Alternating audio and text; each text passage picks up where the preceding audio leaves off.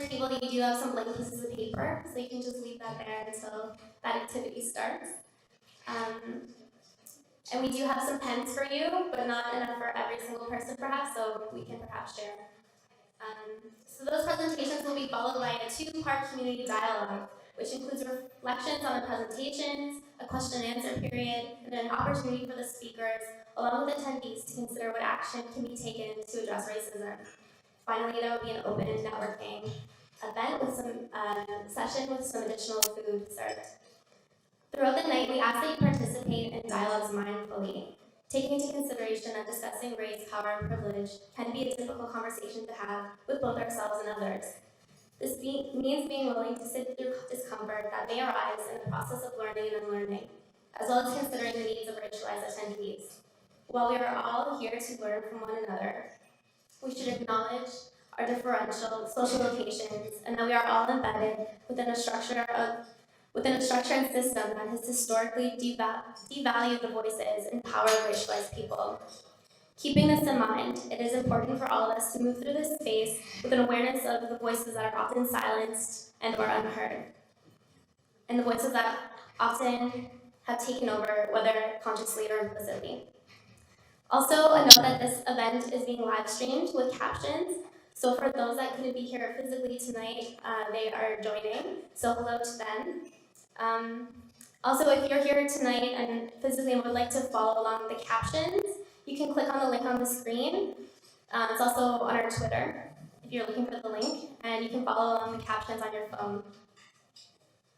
For those joining remotely during the question periods, you can participate by clicking on the chat button at the bottom of the page. So you'll have to enter a username, but leave the password field blank.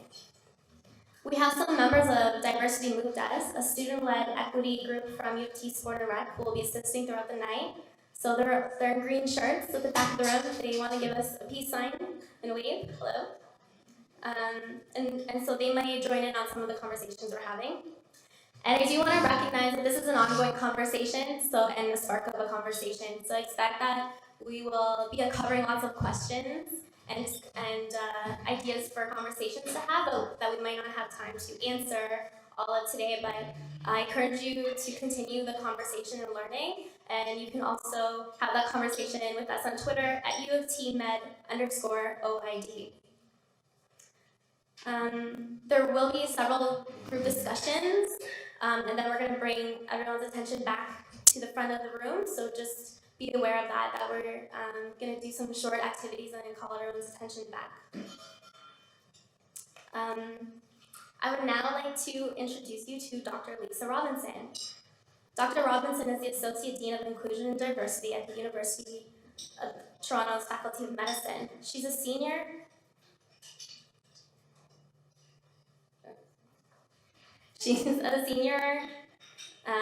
scientist of a cell biology program at the Hospital for Sick Children Research Institute, head of the Division of Nephrology at the Hospital for Sick Children, a professor in the Department of Pediatrics at the University of Toronto, and a full member of the Institute of Medical Science at U of T. Please welcome Dr. Robinson.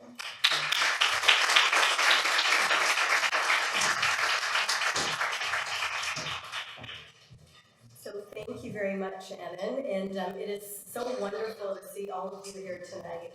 And I will apologize in advance because I've been sick, so I'm just getting over something, so if I sound a little scratchy, that's why it is. So again, welcome everybody.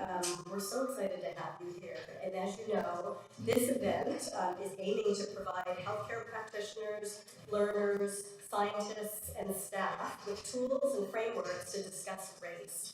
Because we know that in order to achieve cultural safety and inclusion in healthcare services, research, and education, it's vital to understand how race, power, and privilege operate in these spaces. And before we begin, I'd like to acknowledge the land. The sacred land on which the Faculty of Medicine operates has been the site of human activity for thousands of years. This land is the territory of the Huron-Wendat and Petun First Nations, the Seneca, and most recently, the Mississaugas of the Credit River. The territory was the subject of the Dish with One Spoon Wampum Belt Covenant, an agreement between the Iroquois Confederacy and the Ojibwe and allied nations to peaceably share and care for the land around the resources around the Great Lakes. Today, Toronto is also the home to Indigenous people from across Turtle Island, and we're grateful to have the opportunity to work in the community on this important traditional territory. And I just wanted to take a moment to reflect a little bit further on why this land acknowledgement is so important for us to engage with before beginning this gathering. A land acknowledgement contributes to decolonization and reconciliation by respectfully recognizing Indigenous inhabitants of the land and challenging the ideologies furthered by the doctrine of discovery, recognizing and naming that the land was not empty when Europeans first arrived on Turtle Island. In their 2015 report entitled First Peoples, Second Class Treatment, Doctors Billy Allen and Janet Smiley write, "We end where we began.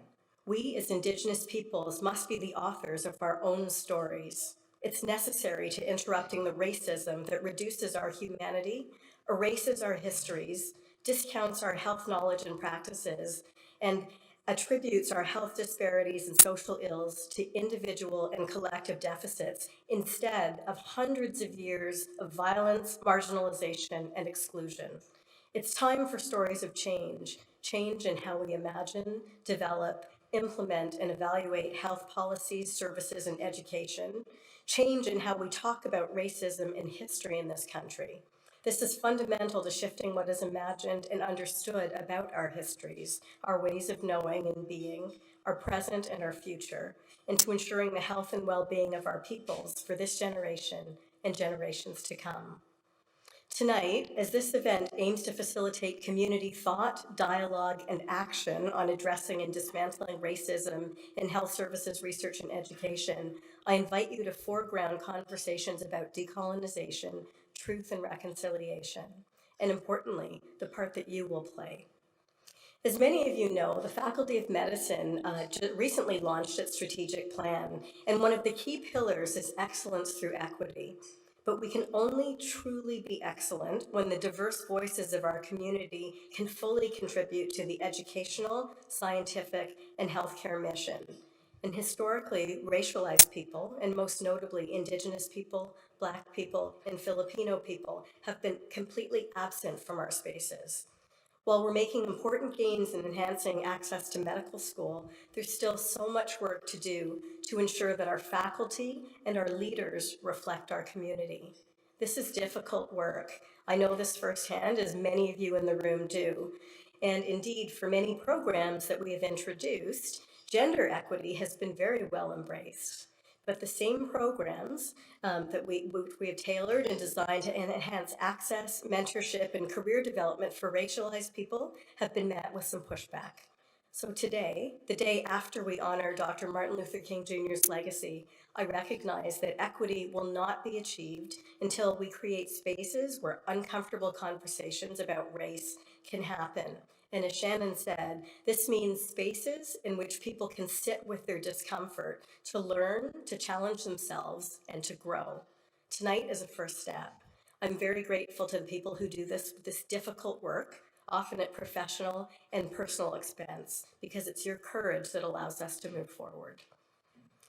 So I'm very, very, very excited to introduce to you our phenomenal experts who will be speaking to us and leading us through thinking about how we talk about race and health. So I'm just going to very quickly read their bios to you, and I'm going to start.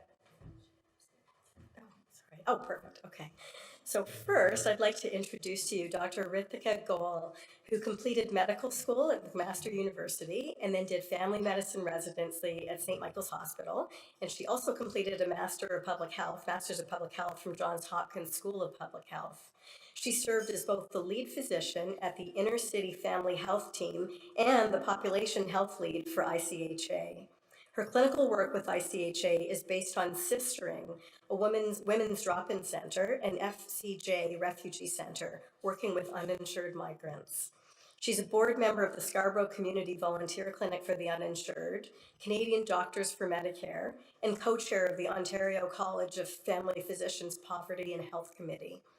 Dr. Goel has been involved in health-related activism since medical school, and she's currently part of the steering committee of OHIP for All, the OHIP for All campaign, as well as the Decent Work and Health Network.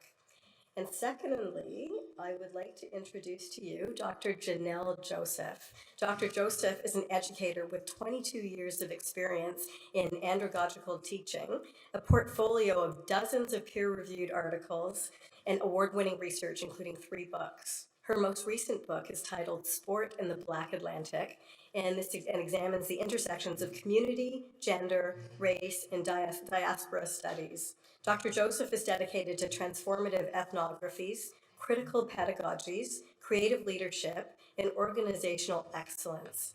She's the former director of academic success and assistant director of the transitional year program at the University of Toronto.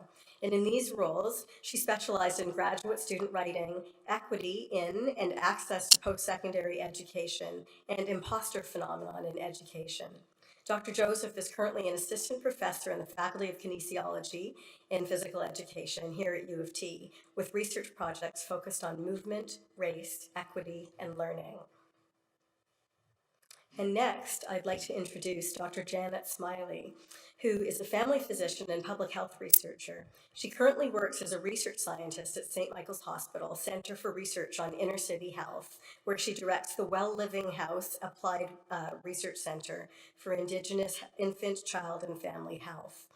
Her primary academic appointment is as a professor in the Dalla Lana School of Public Health here at U of T. She maintains a part-time clinical practice at 7th Generation Midwives Toronto. She's a member of the Métis Nation of Ontario with Métis roots in Saskatchewan. Her research interests are focused in the area of addressing the health inequities that challenge Indigenous infants, children, and their families through applied health services research. Dr. Smiley holds the CIHR Applied Public Health Research Chair in Indigenous Health Knowledge. She's also the mother of 8 children, including twin boys, and 4 adults. That's the best part. And lastly, I'd like to introduce Dr. Stephanie Nixon. Dr. Nixon is an associate professor in the Department of Physical Therapy and cross-appointed at the Rehabilitation Sciences Institute and the Dalla Lana School of Public Health here at U of T. She's also the director of the International Center for Disability and Rehabilitation. Dr. Nixon has been a physiotherapist, HIV activist, and global health researcher for over 2 decades. And in recent years, she's had the good fortune to lead capacity building with clinicians, health administrators, researchers, and students about privilege and its relationship with health equity. So please join me in welcoming all of our amazing guests.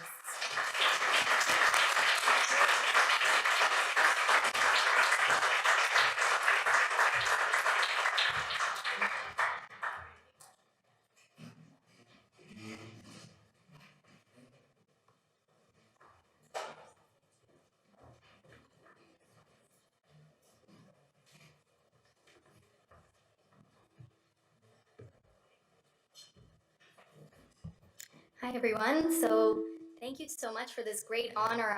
I'm extremely excited not just to be here with you all today to learn from my co-panelists, but also to have a conversation and learn from each other. So I'm going to be really just thinking about and helping us all think about how we ground our conversations on race and racism in a broader discussion about anti-oppression. We will be focusing in on race, but we want to make sure that we've got a broader kind of lens and a way to approach these discussions before we get started. So to start, I'm going to present to you 3 different situations or media stories that I want you to consider. So the first is a story from the CBC. The headline is Transgender Patients Face Healthcare Discrimination and Inadequate Treatment. And the individual in the photo there, Alex Abramovich, who is a health researcher at the Center for Addiction and Mental Health, stated, "I can speak from my own personal experience that one of the most challenging parts of my coming out process has been access to healthcare." They also recalled multiple instances of being called she, being stared at, and having providers look away. The second is a research study that looked at women's pain, particularly in the emergency room of 1,000 patients, where men and women reported similar pain scores. And they found that the women were 13 to 25% less likely than the men to receive opioid pain medications. and that the women on average waited 65 minutes versus 49 minutes for the men to receive that pain medication. And then the third, people may recognize this woman's photo. This is Michelle Labrecque, who's an Oneida woman from Victoria, BC, who went to the emergency room with severe stomach pain. She disclosed some challenges with alcohol and housing, and she was given this prescription in response. Can people see what the prescription is showing? So for people at the back, if you can't see, she got home, she thought that she was given a prescription for a medication. She got home, she opened the piece of paper, and she saw that in fact it's a picture of a beer bottle with an X through it. So I'm going to ask you to just take a minute, turn to your neighbor, and just think about what are some of the common threads in these three situations. Just a minute, and then we can talk together.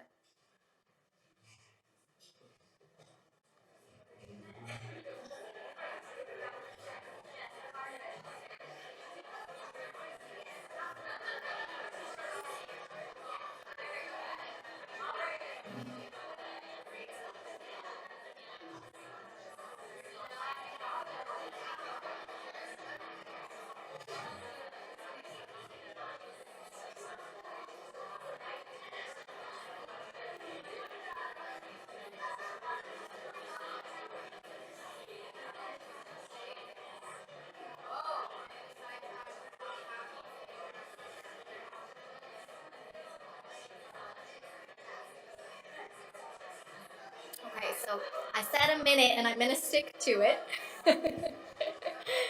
So I'm going to bring you all back together. I'm sure the juices are just starting to flow. But we're going to bring everyone back together. So does anybody want to share? Does anybody want to share some of what you talked about? So what are some of the common threads in these three situations? You can just yell it out. Or discrimination, yeah. Mm-hmm. Stereotyping that happened, yeah. Absolutely, bias. Disrespect. Lack of compassion, yeah. They're injuring the patient, yeah, which some of the with the things that happened. Shutting down people's voices. Yeah.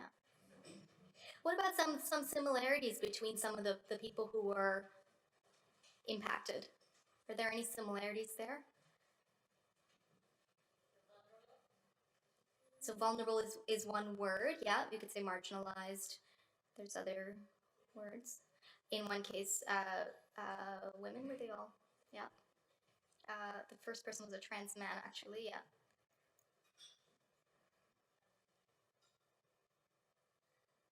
Yeah, so there's some commonalities, right?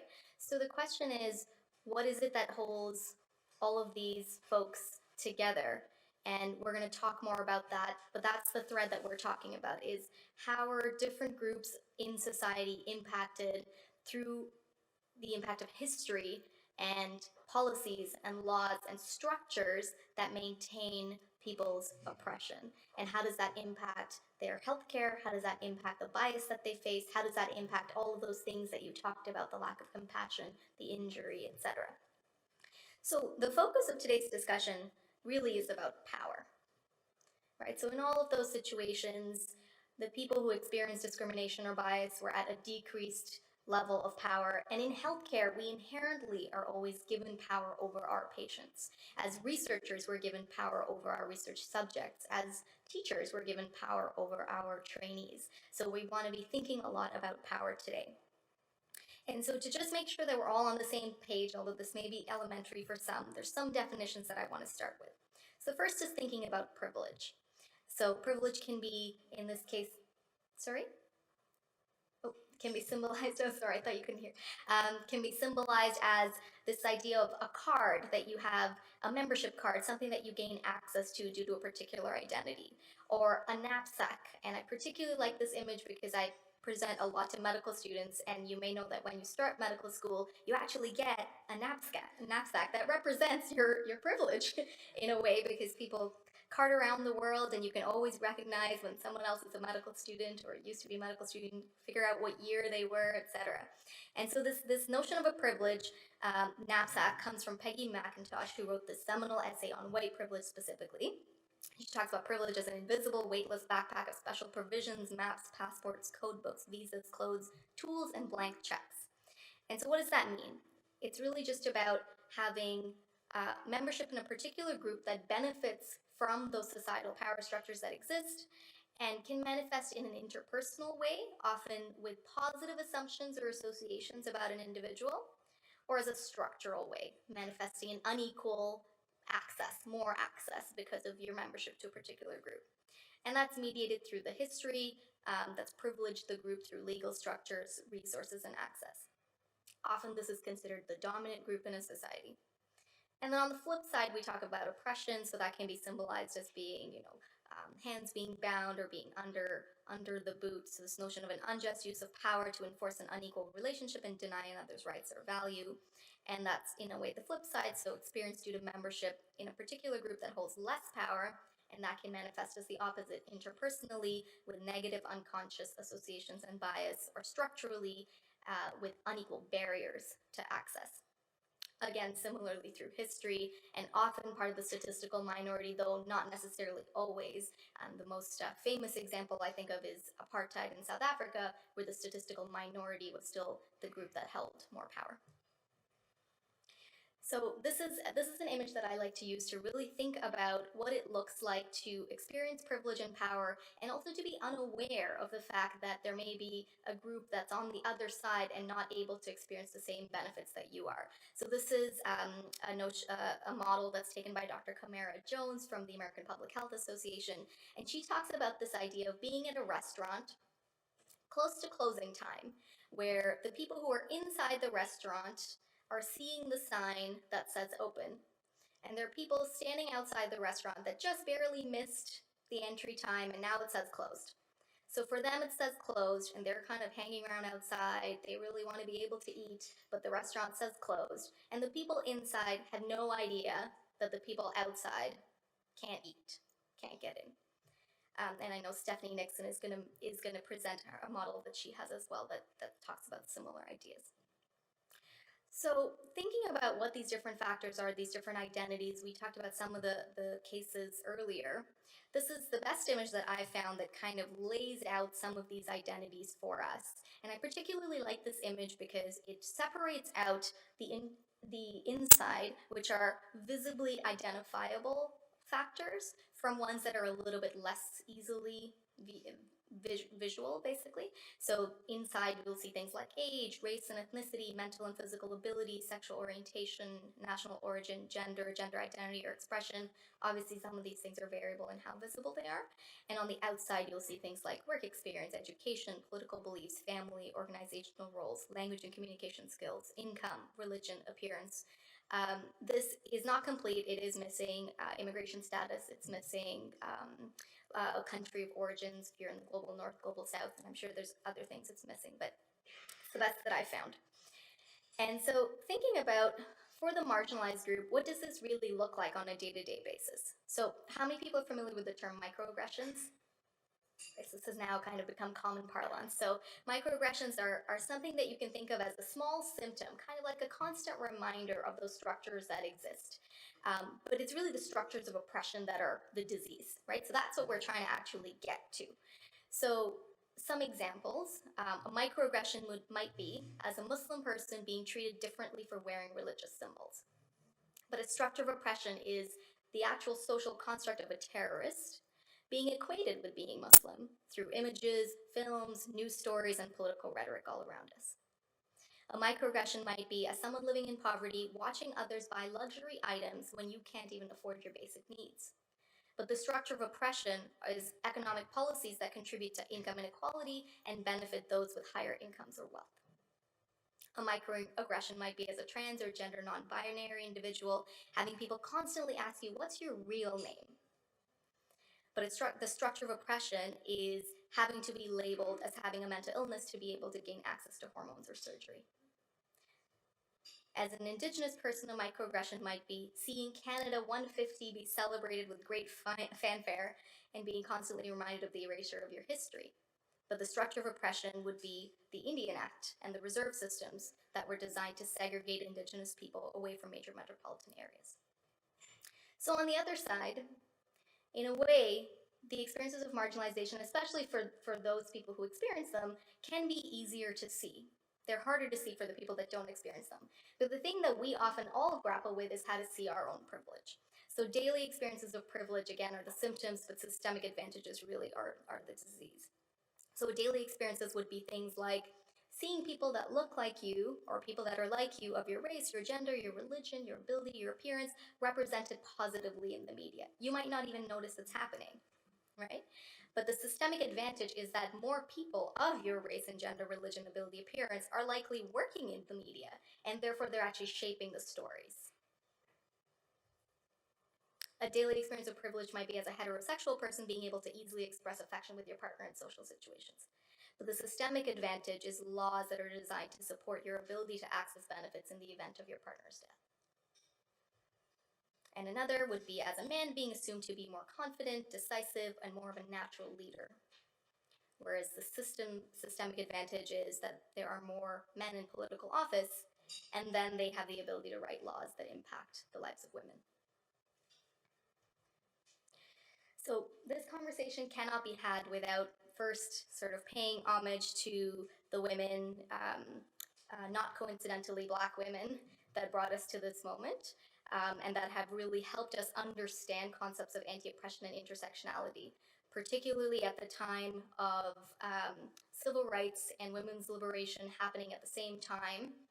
It was Black women that noticed that neither movement really quite addressed their issues. And so we talk about intersectionality, a term coined by Kimberly Crenshaw, which is about thinking not just about one dimension, and this is really important today as we're going to talk more about race, but to remember how all of these dimensions are constantly connected, and that for people that are experiencing more than one marginalization, this is not about separating out people's identities, but really understanding how those things all go together. I won't read this, but an anti-oppressive lens is really what we're talking about. It's about constantly thinking about how power plays out in all of our interactions and understanding how it goes through all of the systems that we're working in. So why does this matter in healthcare? Any guesses?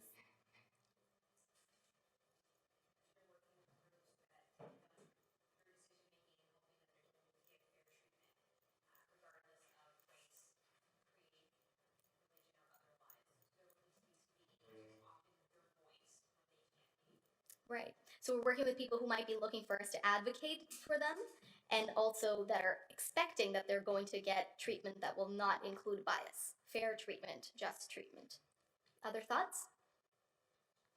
Issues of life and death. Right. These are really, really important things. We are literally dealing with people's lives. Yeah. Other thoughts?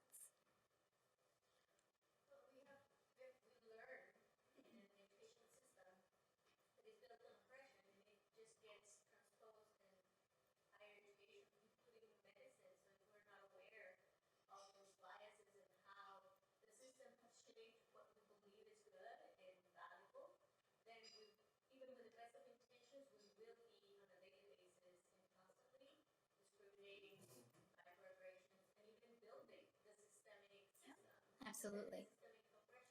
We're going to switch places now. Yeah. Yeah, so Janet hits it right on the money, which is that the system we work in is already oppressive. That's how it's been built. So if we don't see it, if we don't try to see it, then we will actually reinforce that. Yeah.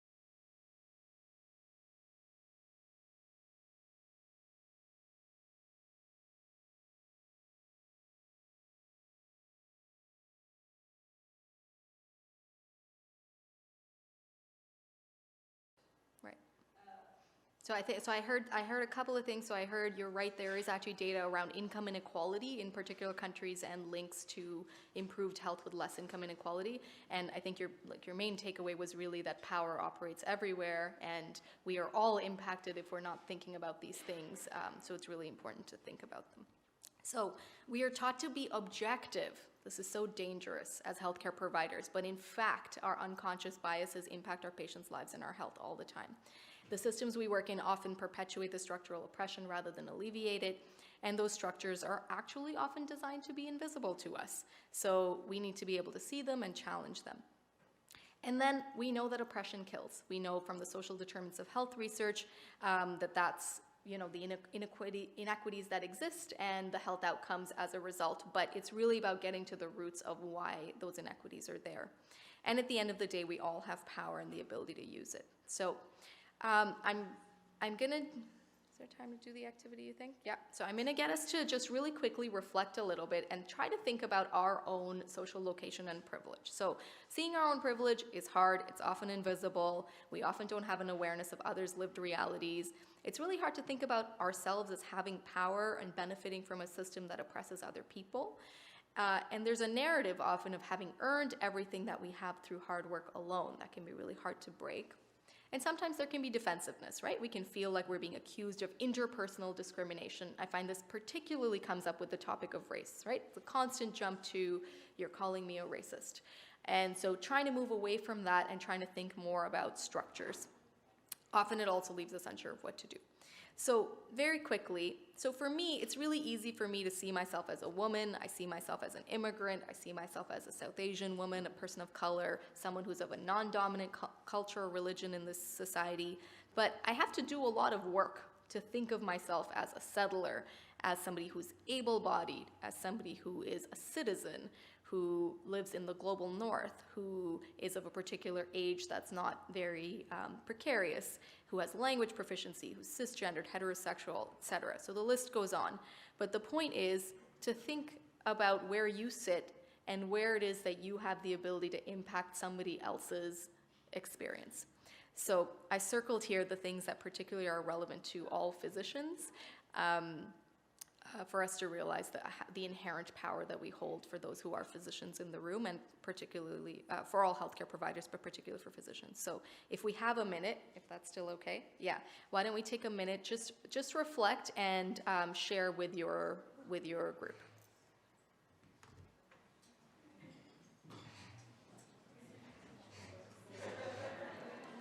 Oh, sorry, I forgot to put the questions up. The questions are, what are you reflecting on? These are the questions.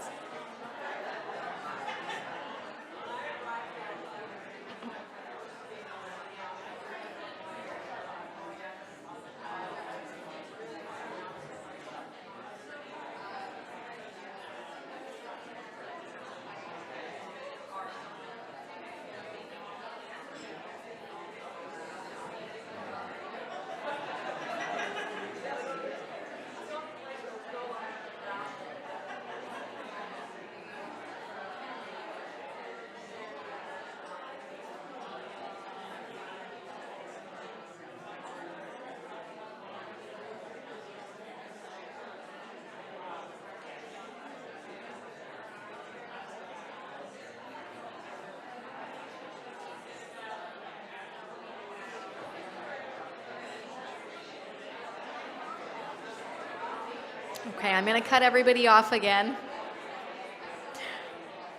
Sorry. I know the 1 minute is just so cruel. So maybe we can just get 3 very quick reflections. See, there's so much to talk about after the event is over. So, and when there's food. Okay, sorry, I'm gonna get everybody just to pay attention again. Hello. Okay, so we'll get 3 really quick reflections. So anybody want to share some of what you reflected in terms of your own social location or something that came up for you? You can yell it out again or put up your hand. Yeah. I'm really conscious of the privilege right now that I have job security.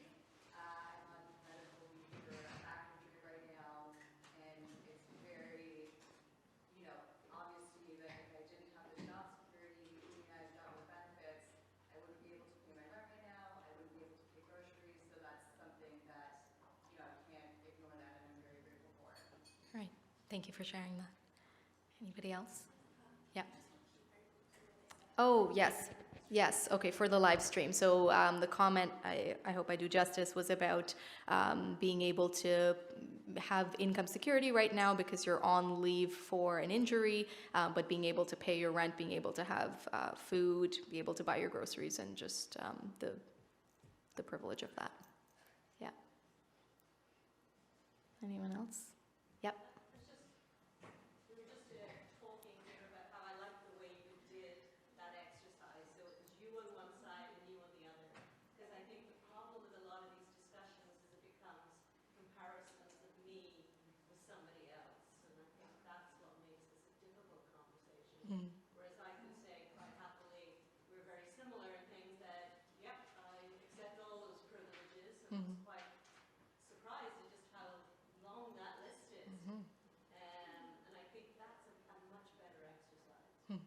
Thank you.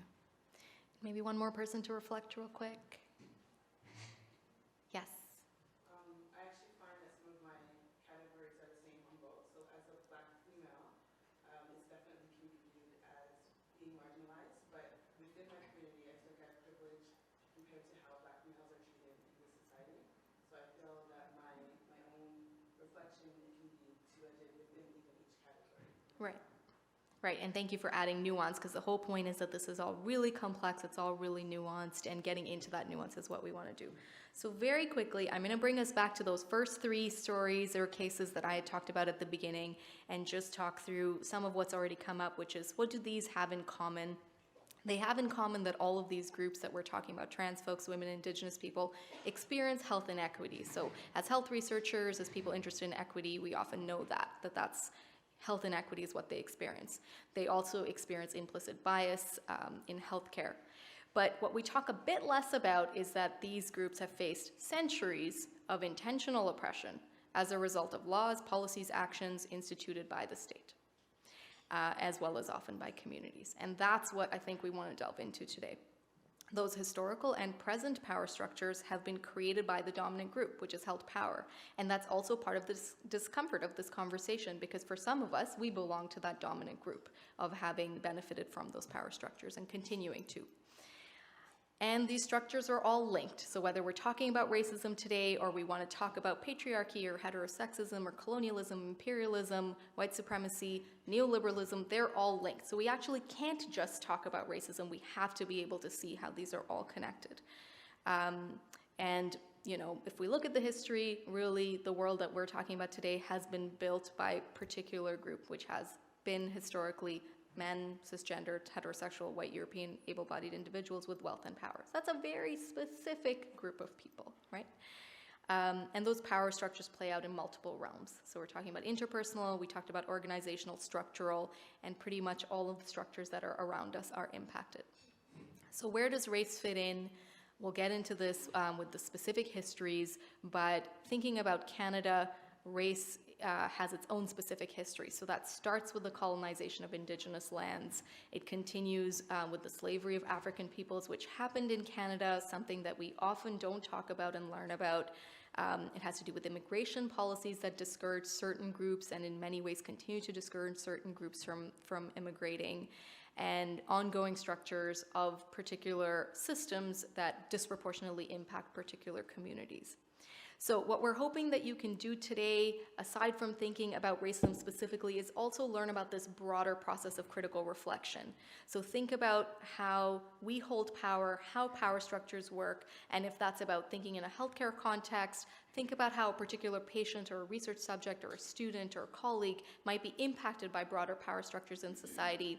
Think about what your role might be in those power structures, what you can do to decrease your power dynamic between yourself and that individual, what unconscious biases you might hold that you can challenge, and finally, how you can use your power to be an ally or an accomplice. Thank you.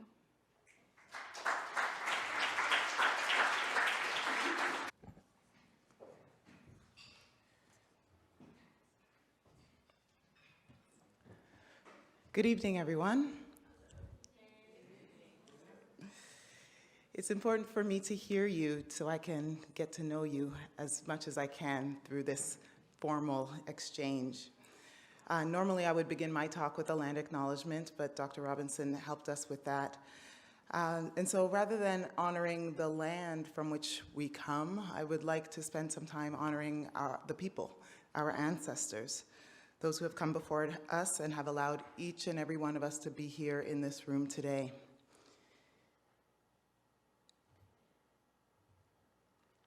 In 2004, for my master's degree, and 2010 for my postdoctoral research projects, I focused on a Brazilian martial art that's called capoeira, as it's played in Canada and New Zealand, respectively.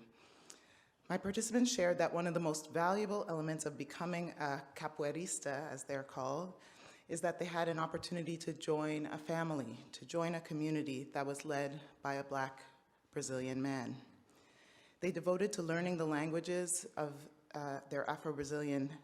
his Afro-Brazilian ancestors and sharing songs while they play, fight, and dance in a circle. You see a half circle that's depicted here, and the simultaneous dancing, fighting, playing instrumental and vocal music are essential to creating a sense of community. I wish I could share a capoeira circle with you right now, but I'll restrict myself to sharing the music. I'd like to begin my talk on critical race theory with an antiphonic song inspired by my research on capoeira. Antiphony is a characteristic of songs of work and worship in African and African diaspora culture and are key to maintaining community. The call and response of antiphony bind us together. And so I'm going to ask you to say, os antepasados. Excellent, that's our ancestors. That's ancestors in Brazilian Portuguese. And the other word, ashe, is an expression that comes from Yoruba African language that means soul or light, energy, celebrations. I've been told that it's akin to the Eastern concept of chi.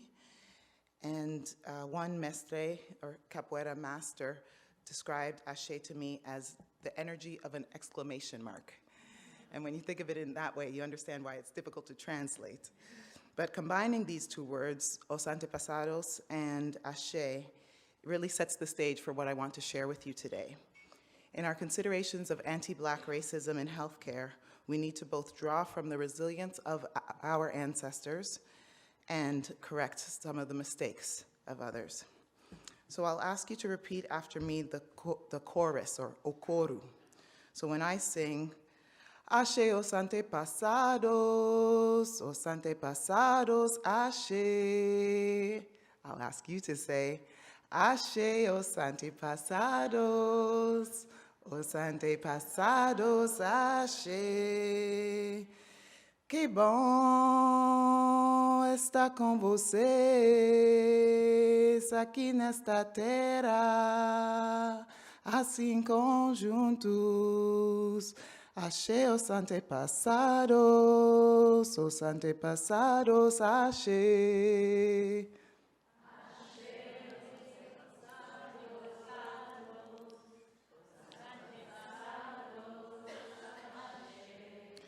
Ashe os antepasados, ashe.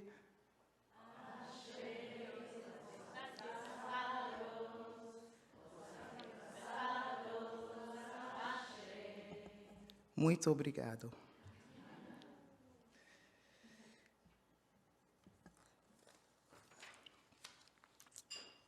Thank you for joining me in song, for joining me here tonight. The Yoruba say that we must begin with our ancestors, with our family and our community before all else. So I thank you for coming here into community with me tonight.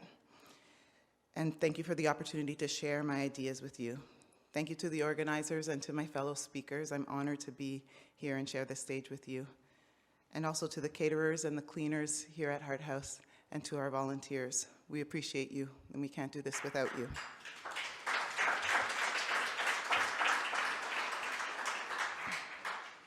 So welcome to the Ivory Tower.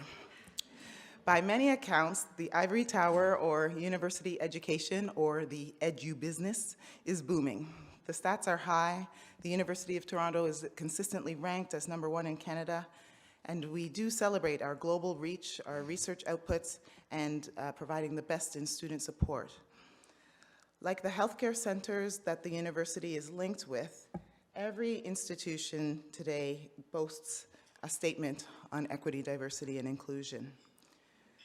This is the one from the University of Toronto, which believes that excellence flourishes in an environment that embraces the broadest range of people. This equitable and inclusive working and learning environment creates the conditions for diverse staff and student bodies to maximize their creativity. You know, there was a hint of sarcasm, but indeed, I am proud to work at an institution that has given deep thought to such a statement and has explicitly linked equity to excellence. But I question, how do these translate to action, particularly in our classrooms and the research environments that we are creating for our students? We must translate our words about helping people to reach their full potential into actions that critical race theorists and Indigenous scholars have been calling for literally for decades, if not centuries. We must come up with some actions that will help us to dismantle anti-Black racism and defy colonial practices. Sarah Ahmed's 2006 research on the non-performativity of anti-racism and her 2010 writings on the politics of documentation refer to these equity statements as institutional speech acts. Organizations such as universities, health clinics, hospitals, physical activity and wellness organizations may be committed to diversity and excellence and focus on respecting and embracing the broadest range of people, but rarely do they commit explicitly to shifting the culture of anti-Black racism. And this is hard work, particularly for those of us who have been socialized to support the myth of meritocracy. Anyone here raised to believe that the harder you work, the more you will earn, the better job you will get, the higher your grades will be? Here in Canada, our dominant ideology is that we live in a fair society, that we are inclusive of all cultures, and that color doesn't matter. The most pernicious of these lies that we tell ourselves is that talking about race makes you a racist, or that naming anti-Black racism and ongoing colonialism is counterproductive in this era of reconciliation or post-racial times. This dominant white logic, to borrow Zuberi's 2011 term, ignores broader systemic inequalities, laws, policing practices, campus customs, and everyday subtle microaggressions and exclusions in our university settings, healthcare settings, and physical activity settings. Some think that naming commitments to dismantling anti-Black racism and defying colonial practices are a few words too many. These words rarely appear in our EDI statements. So tonight, I want to name it.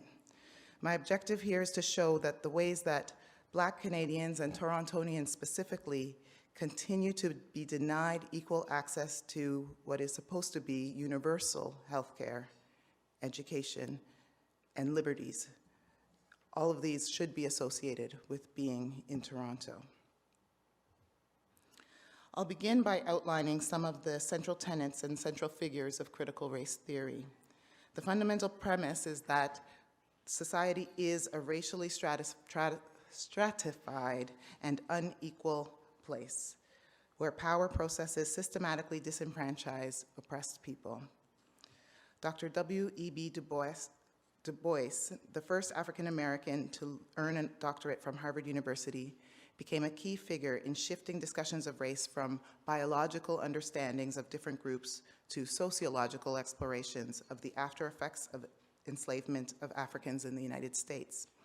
He protested against lynching, segregation laws, and discrimination in education and employment. And he wrote, "We must complain, tense, plain, blunt complaint, ceaseless agitation, unfailing exposure of dishonesty and wrong. This is the ancient, unerring way to liberty, and we must follow it."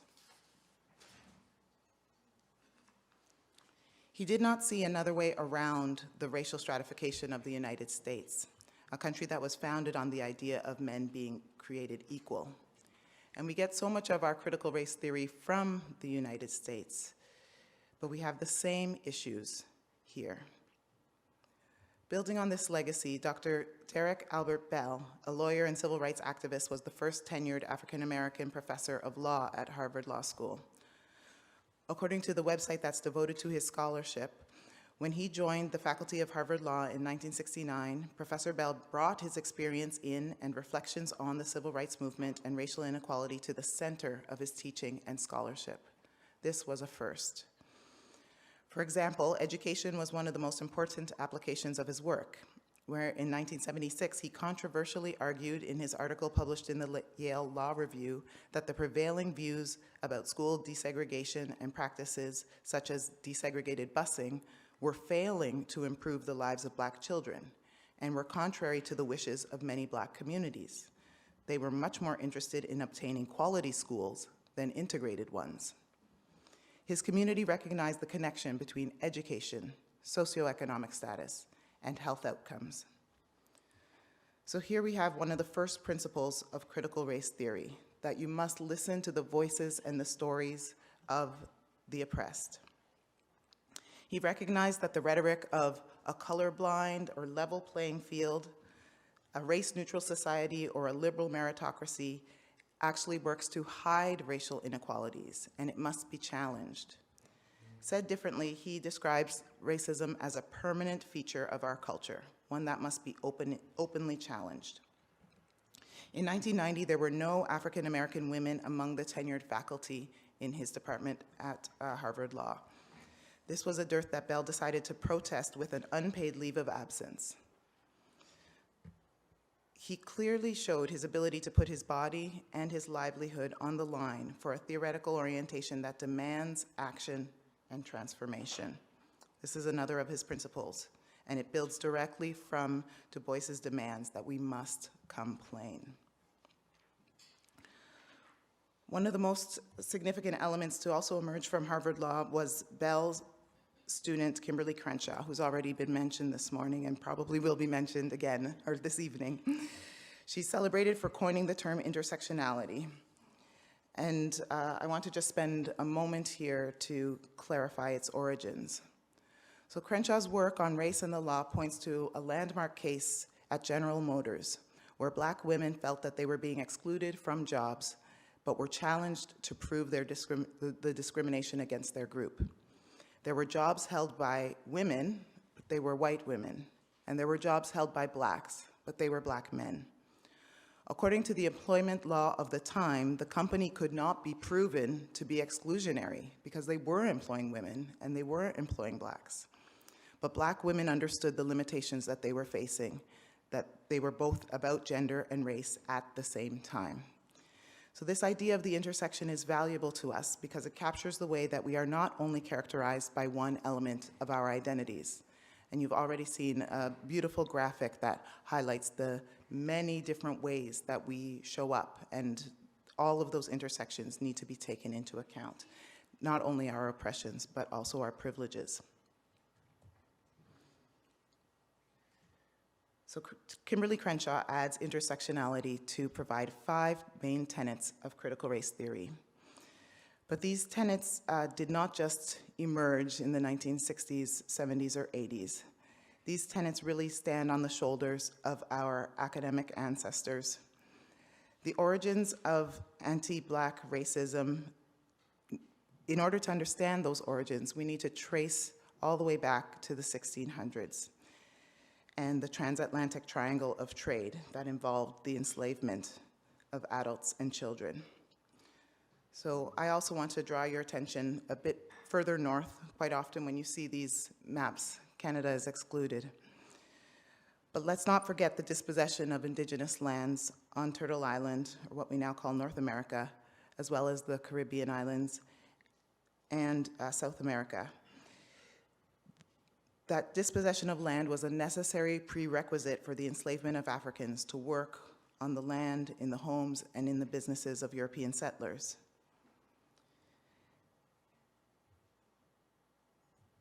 This triangle of trade, with the raw goods being sent to Europe and the manufactured goods being sent back to many regions in Africa, and then again back to North and South America, demanded the inhumane treatment of workers.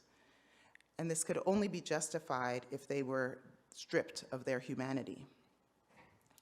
During the 18th century, European scientists went to work using craniometry, which is skull measurements, and phrenology, personality brain maps, in order to draw conclusions between various physical measurements of the skull, facial angles, size and shape of maxillary and frontal bones, drawing connections between these bones and intelligence, morality, beauty. And it was common for these measurements to demonstrate that it was the white and European peoples that were intellectually and morally superior, and of course, more beautiful. Though the practice of craniometry and phrenology has been mocked, even at its zenith, it also heavily influenced many of our policies and institutions in the 19th century, from education to law and to health. And as we see today, it continues to be used to discredit, stereotype, and exclude Black people. I want to be very clear that there's no biological basis for this distinction between people. Race is a concept that signifies and symbolizes socio-political conflicts and interests in reference to different types of human bodies. Yet race is a significant social determinant of health. Black people are disproportionately negatively affected by racism.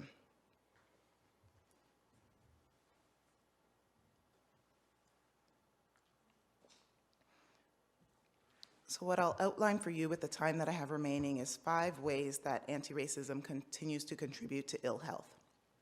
I'll talk about daily microaggressions, the lack of research, limited access, socioeconomic discrimination, and the ways our intersectional identities are ignored. We've already talked a little bit about microaggressions, the subtle slights that communicate prejudice and hostility, but I wanted to share with you the case of John River to really bring it home. This award-nominated Canadian rapper walked into a GTA hospital in December 2017 complaining about shortness of breath and severe headaches. He reported feeling stereotyped, abused, assaulted, dismissed, and humiliated by the healthcare system because they told him that he must be imagining the pain. And he was returning day after day, moving between multiple hospitals, but they said that he was faking his symptoms in order to get narcotics. Meanwhile, he was in excruciating pain that could have been relieved with a simple surgery. And members of his community who were familiar with the conscious and unconscious biases that exist in Canada's healthcare sent him some advice. When you go to the hospital, don't wear a hoodie. We know that Black women in Canada are under-screened for certain diseases such as cervical and breast cancer, even though evidence from the United States and the United Kingdom indicates that Black women may be predisposed to worse outcomes from the disease. The fact that there's little to no healthcare data or research that's specific to Blacks is a direct result of our colorblind, meritocratic, and fair ideology that assumes that everyone is treated the same. If we just do research on women, the assumption is that that's good enough. But after decades of listening to the voices and stories of the oppressed group, we finally have some data, and thanks to Onye Norom, pictured here in the center, Nakia Lifoun on the right, and Aisha Lofters on the left, along with their colleagues, we now have the research to show that not everyone is treated the same, and the next step is to do something about it.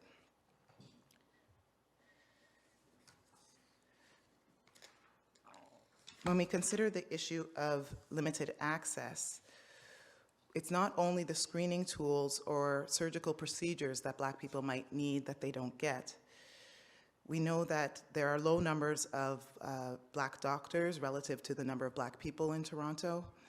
And this, of course, is related to medical school opportunities, undergraduate school opportunities, high school opportunities, and so on.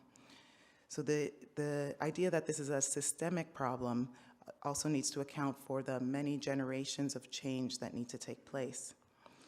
We also know that Black people don't see themselves represented in fitness studios. There are, I dare say, dozens of yoga studios in Toronto, but we know that Black women in particular have indicated that they don't always feel comfortable in those spaces. So where can they go to do yoga?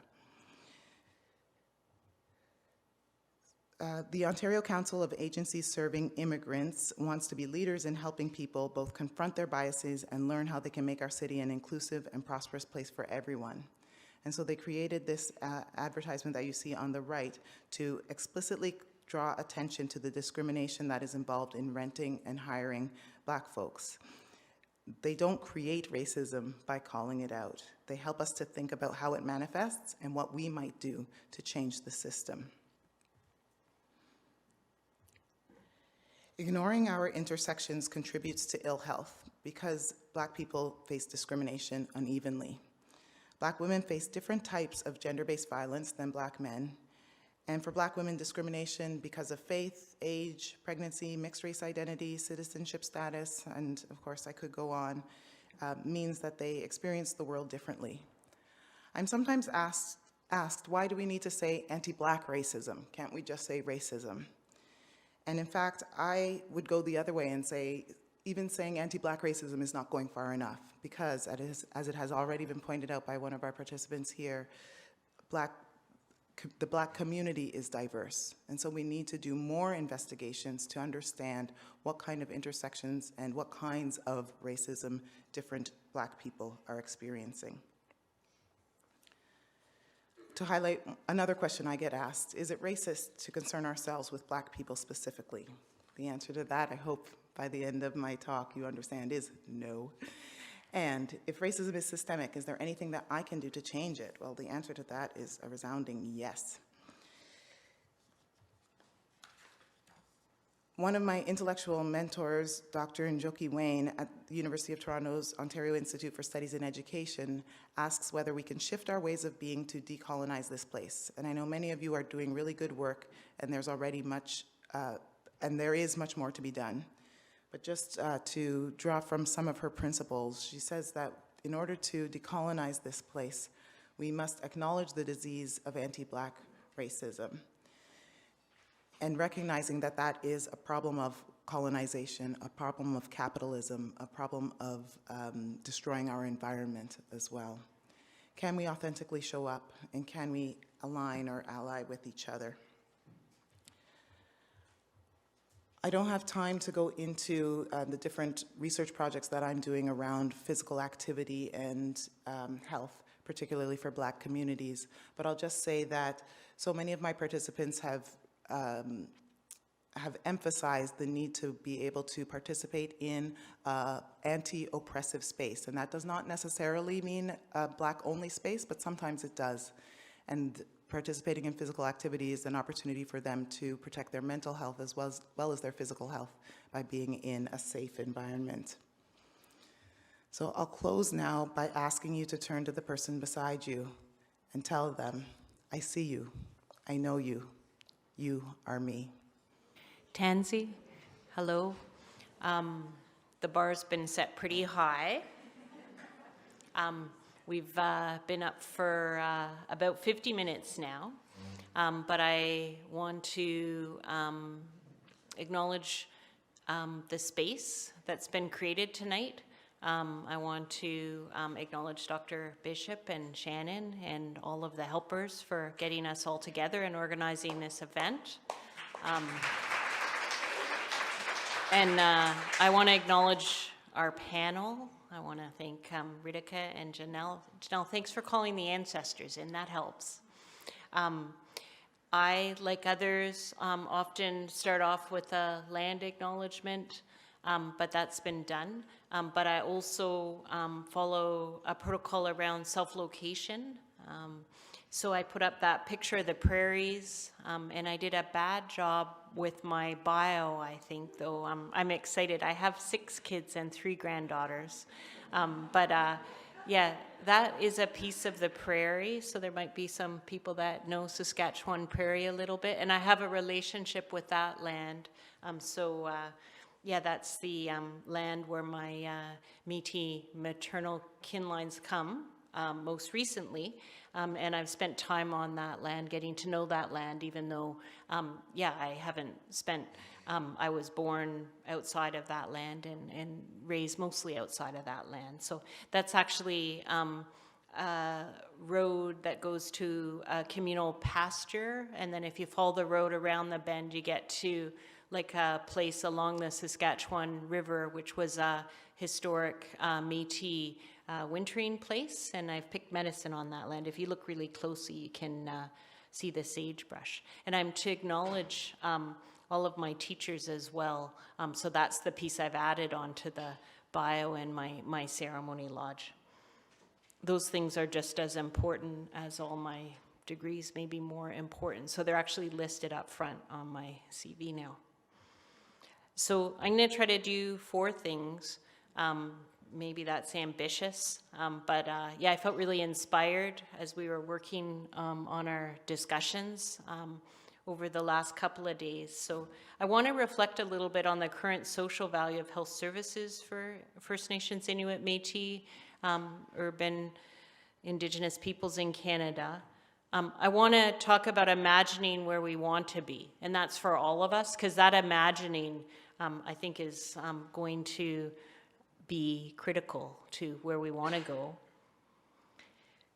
There's been a lot said already about racism. We talked specifically about anti-Indigenous racism, and again, even that isn't sufficient.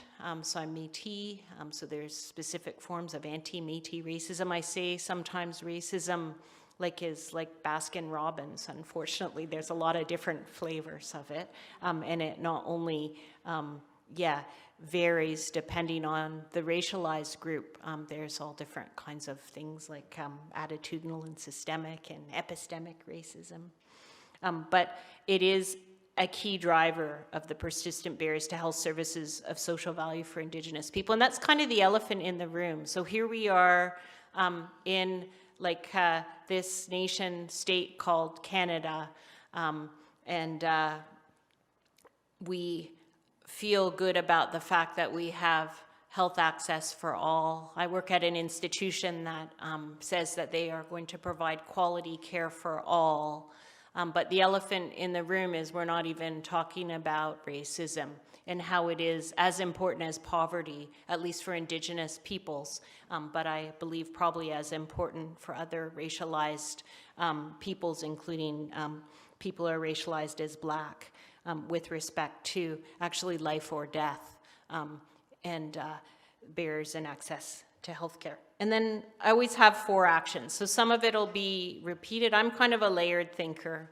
I'm probably maybe one of the older people up here tonight, which is really weird because I started my medical career when I was quite young. So the joke was I was Doogie Howser's half-breed sister. So yeah, maybe that's a bad joke, but we have this trickster character, so we're allowed to say that. And if you need to take me aside, yeah, let me know. I think I've made the joke. It'll be my elders that I'll be most accountable to, but we think laughter is good medicine too, okay? So this is interesting though. Why is it that Indigenous infants, First Nations, Inuit infants are still 2 to 4 times more likely to die, right, in this affluent country of Canada, right, compared to the general population? And of course, infant mortality rate being a representation of broader community health, and what have our responses been? So there's this narrative actually that I guess I started my early research career trying to interrupt.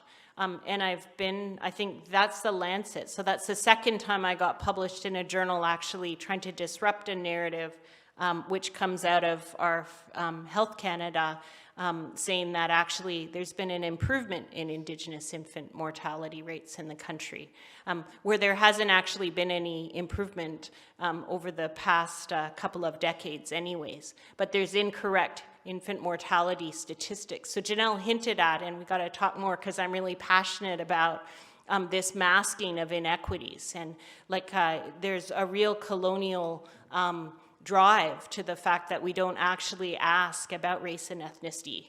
You know, we're too good in Canada. We don't have that racism that's in the South. But then what happens is this systemic racism and inequitable distribution of health and social resources persists. And then there's lies that it doesn't. this picture, and again, see, I changed my slides up a little bit. I was inspired. So does anybody know what that white building is up in the corner? Some of you know, right? We've got some doctors here. Okay, so who knows here that in Canada we actually had an apartheid health system? So early on in my medical career, and actually that building, if you go there, leaders of family medicine across the country have been in that building, right? So when I went up to Northwestern Ontario as a medical student, I worked in that building. That's the old Sioux Lookout Zone Hospital. There's been 2 hunger strikes in that hospital, one by a Indigenous physician and one by First Nations leaders, right? So when I went up there, and this has only changed in the last 10 years. In this town, there was 2 hospitals in the town of Sioux Lookout. This hospital, which actually was an old TB sanatorium, was the hospital where the First Nations people from Northwestern Ontario could go to. And then there was another hospital that the mostly settler population of the town could go to. Okay, and then we have my institution, St. Michael's Hospital, just down the street there, providing quality health services for all, right? So, but why wouldn't we even know about this, right? Like, you know, there was a lot of activism, like in my early university days about apartheid in South Africa, right? But you could look, I would love to do this if there's any bright researchers, just at the demographics in a city like Saskatoon or Winnipeg, right? And look at the distribution of where people live. There's lines in that town of Saskatoon that show segregation and racial segregation. It's an Indigenous settler segregation. This cartoon I show lots of times, and I'm not tired of it yet, but I think it's important then, even though it comes from law, right? So it's a cartoon about a very important legal case, the Delgamuukw decision. It's the first time in a Canadian court of law where Indigenous knowledge of the land was actually respected as a valid source of knowledge. Right? But what I see when I look at the picture, you see the book knowledge, right? So these are knowledge systems, right?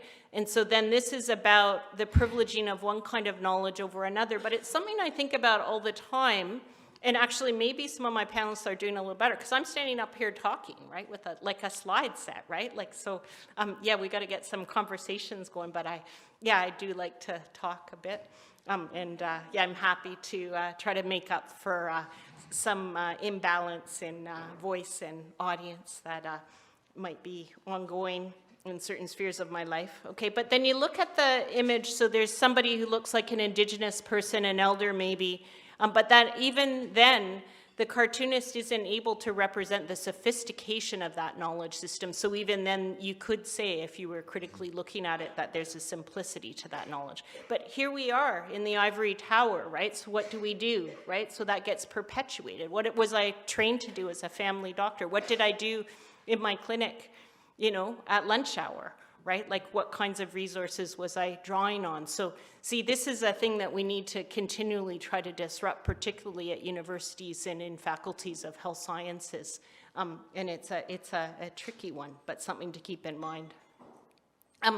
So just because I don't have a lot of time, there's some intersections, but I guess, yeah, I think that you can make a fairly compelling case that health and social services are typically of limited Indigenous social value. And if we look at things like the National Inquiry on Missing and Murdered Indigenous Women, and this was the final community event, the closing of Walking with My Sisters, which is a beautiful community initiative that collected moccasin vamps from friends and family members of lost loved ones. And it was set up as a ceremony. That's my lodge sister, Christy Belcourt.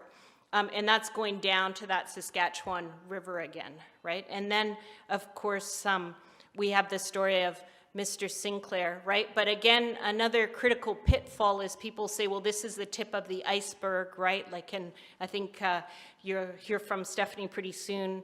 And when we were reflecting on those exercises, she pointed out that, like, she hears as well as I hear, oh, well, that's the exception. That's only, you know, that hit the newspaper. But people forget that that could be happening every day, right? So I try to think about that in my clinical work all the time, right? And I think, well, actually, somebody could be misdiagnosed and dying like every day, and I could be privy to that, right? That's kind of like my little test I have. There was, when I did Rural Emerge, I had teaching, you know, Smiley's things you can never miss in Emerge, right? But now this is a new test when we think about social positioning, right? Like always critically reflecting and thinking, am I being privy, right, to some kind of faulty logic, right, where I'm misdiagnosing social position and it's resulting in ill harm. So we need some new models. Okay, so new models. So this is like just, I'm only on item number 2 and we're up to like 10 minutes, but that's okay, I can talk really fast. So setting and generative course, but this just gets to the imagining, and I think we've already been inspired. Janelle was quite inspired by like the singing and the movement. So we think about, because there is a rich diversity like of sophisticated knowledge systems like that can help the whole world like approach health and well-being and deal with global warming. Like, why would you exclude Indigenous voices, right, from how to deal with climate change, right? Like, I guess when you look at people lived on the land, that's the irony when I showed that slide of the elder with that kind of oversimplified representation of their knowledge of the land. It's like, well, you know, if I end up in the middle of the Saskatchewan prairie in a snowstorm, like, what do I want? The Cochrane Collaborative, right? Or do I want anybody that knows how to live there? Well, we're kind of in the middle of a snowstorm, right? But it's a storm. It's called global warming. So why don't we ask the people? I had the opportunity to work with some colleagues in Hawaii at the time of the tsunami, right? And like, so yeah, I walked my talk. I was like, well, I went to go see somebody in the community that I knew who was a Hawaiian, right? Because I'm like, okay, well, I'm gonna do local knowledge. Like, I had friends, they just wanted to take the van and drive it up the mountain, and we had a disagreement. I said, no, I'm gonna go to that Hawaiian family that we've gotten connected with. They live kind of in the foothills, and I'm gonna do what they say to do, right? Because they know how to deal with tsunamis, just like in Newfoundland. I guess they know how to deal with snowstorms. There's beautiful concepts in languages, and just very briefly, this concept that was gifted to me by grandmother Madeline Dion Stout, who's on my side of that picture, and then there's Jan Longboat and Carol Terry. Carol Terry just arriving this evening because she's going to help us talk a whole bunch about health data and health data revolution tomorrow. But this concept of aniskastastawin, attachment through the ages where all people and things are connected. What if we had health services like that, right? So that strength of our social relationships and social fabric, right? That's like social capital 4.0, right? And my auntie tells me I'm only beginning to understand it. So we're doing two things, right? And that's why I have this approach B here highlighted. And I had the opportunity and the responsibility to share information as an expert witness at the National Inquiry for Missing and Murdered Indigenous Women, Girls, and Two-Spirit People. And I asked community members and my elders what I should do, and they said, well, give them something strength-based, right? Because we got to have some kind of balance, even to stay sane in this room, right? So we need both, right? So you could dig into what is wrong with colonial systems and within our own communities as a result of colonial systems and fight to change the system and seek restitution. So we got to do that.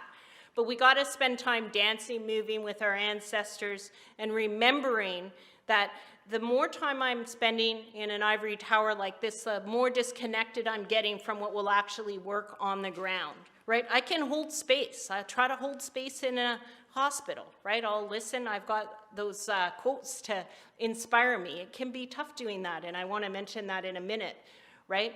But the answers lie in our communities, right? So why strength-based? Because we are who we imagine ourselves to be, and the greatest of gifts is to imagine ourselves richly, and that's Native American writer Scott S. Momaday, okay? So just for 30 seconds or so, can you imagine thriving Indigenous communities, right? And so those are two of my 6 children, and someday I can tell you a little bit more about the pathway, like in my life, and as I go through in the impacts of colonization, and also strong and amazing, mostly women, who have set the way for me to stand up here and be a proud and grounded Métis woman. But this is at my son Jay and Quinn's Cree naming ceremony, right? So we gotta imagine thriving communities. But if you can't imagine a thriving Indigenous community, why is that? Okay, so colonization is an underlying determinant of health. We've talked about that. But actually, when Michael Marmot was working on his report on the social determinants of health, Indigenous people were mentioned 11 times in the report. I wanted a chapter, but I think we might have had one text box, okay? But Indigenous people did get together internationally and met in Melbourne, and they said everyone agrees there's one critical determinant of health, the effect of colonization, not poverty. Okay, they're linked, okay? And then the Māori, where they do study and look at racialization and discrimination in New Zealand, right? If we adjust for both discrimination and poverty, then we see these cross-cutting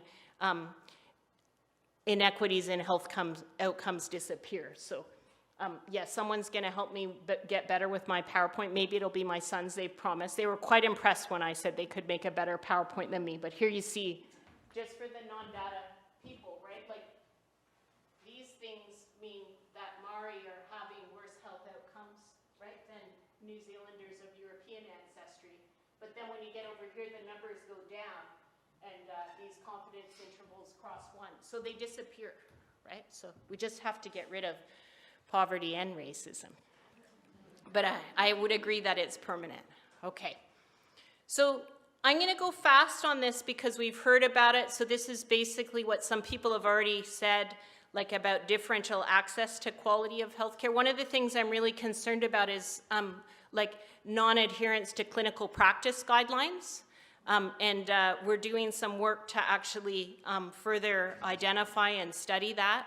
So what I'll be, the basic theme here, right, is racism is a permanent installation, right, like of our brains. That's a sad kind of emerging human fact, right? Though if we looked at any society around the world, maybe there was some concept. We in-group and out-group based on whether or not we look at a person and decide if they're similar to us or not. That's a terrible, tragic human condition, right? It's, but the good news is we can do something about it, right?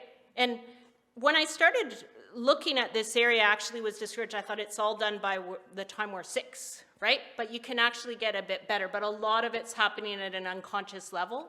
And we could have a big debate about why it's happening. I'm less interested in that. I'm kind of utilitarian. I just want to be able to deal with it, okay?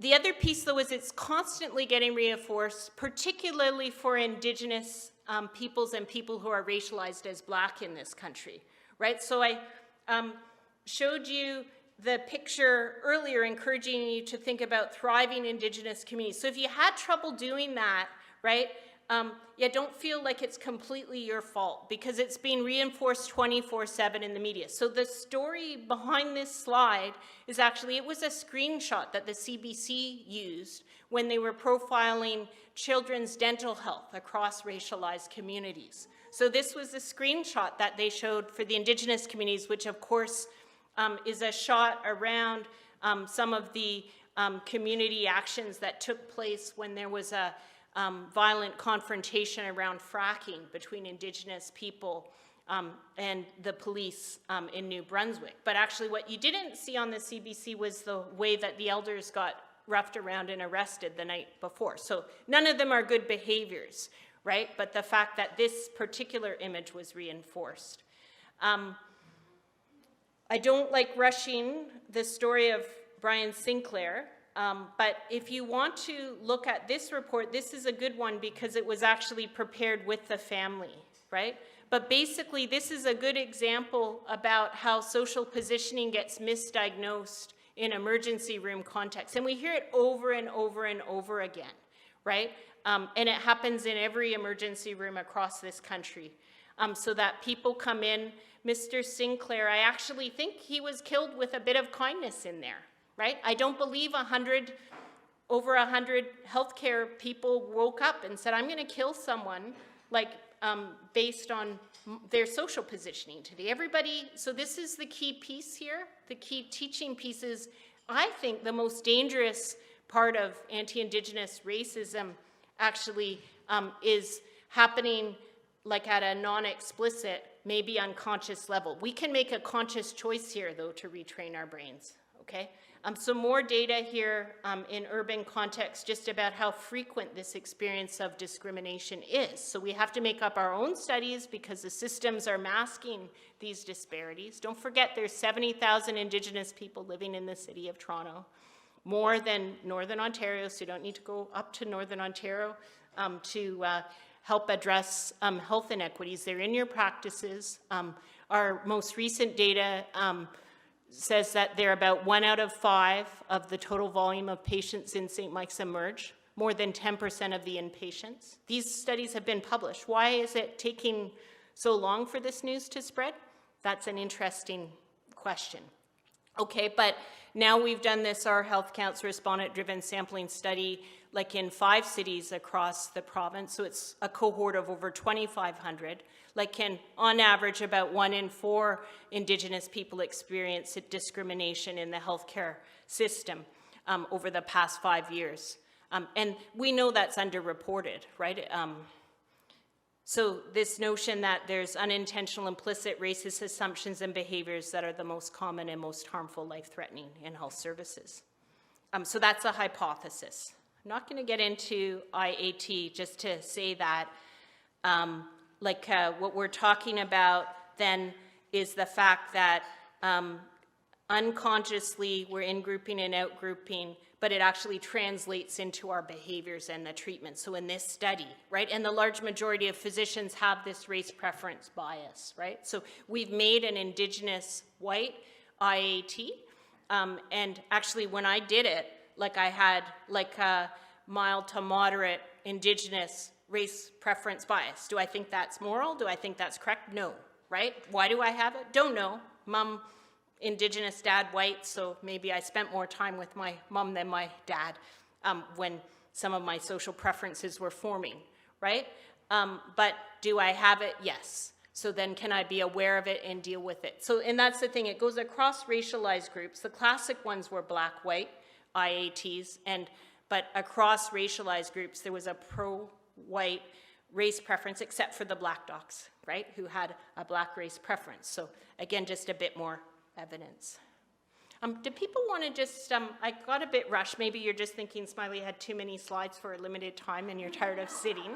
Yeah, do you want to just chat with your neighbor for a minute about how you're feeling with some of this information that has been shared so far? This idea of being able to sit with our discomfort and learn from it. So I'll encourage people to think about that. Yeah.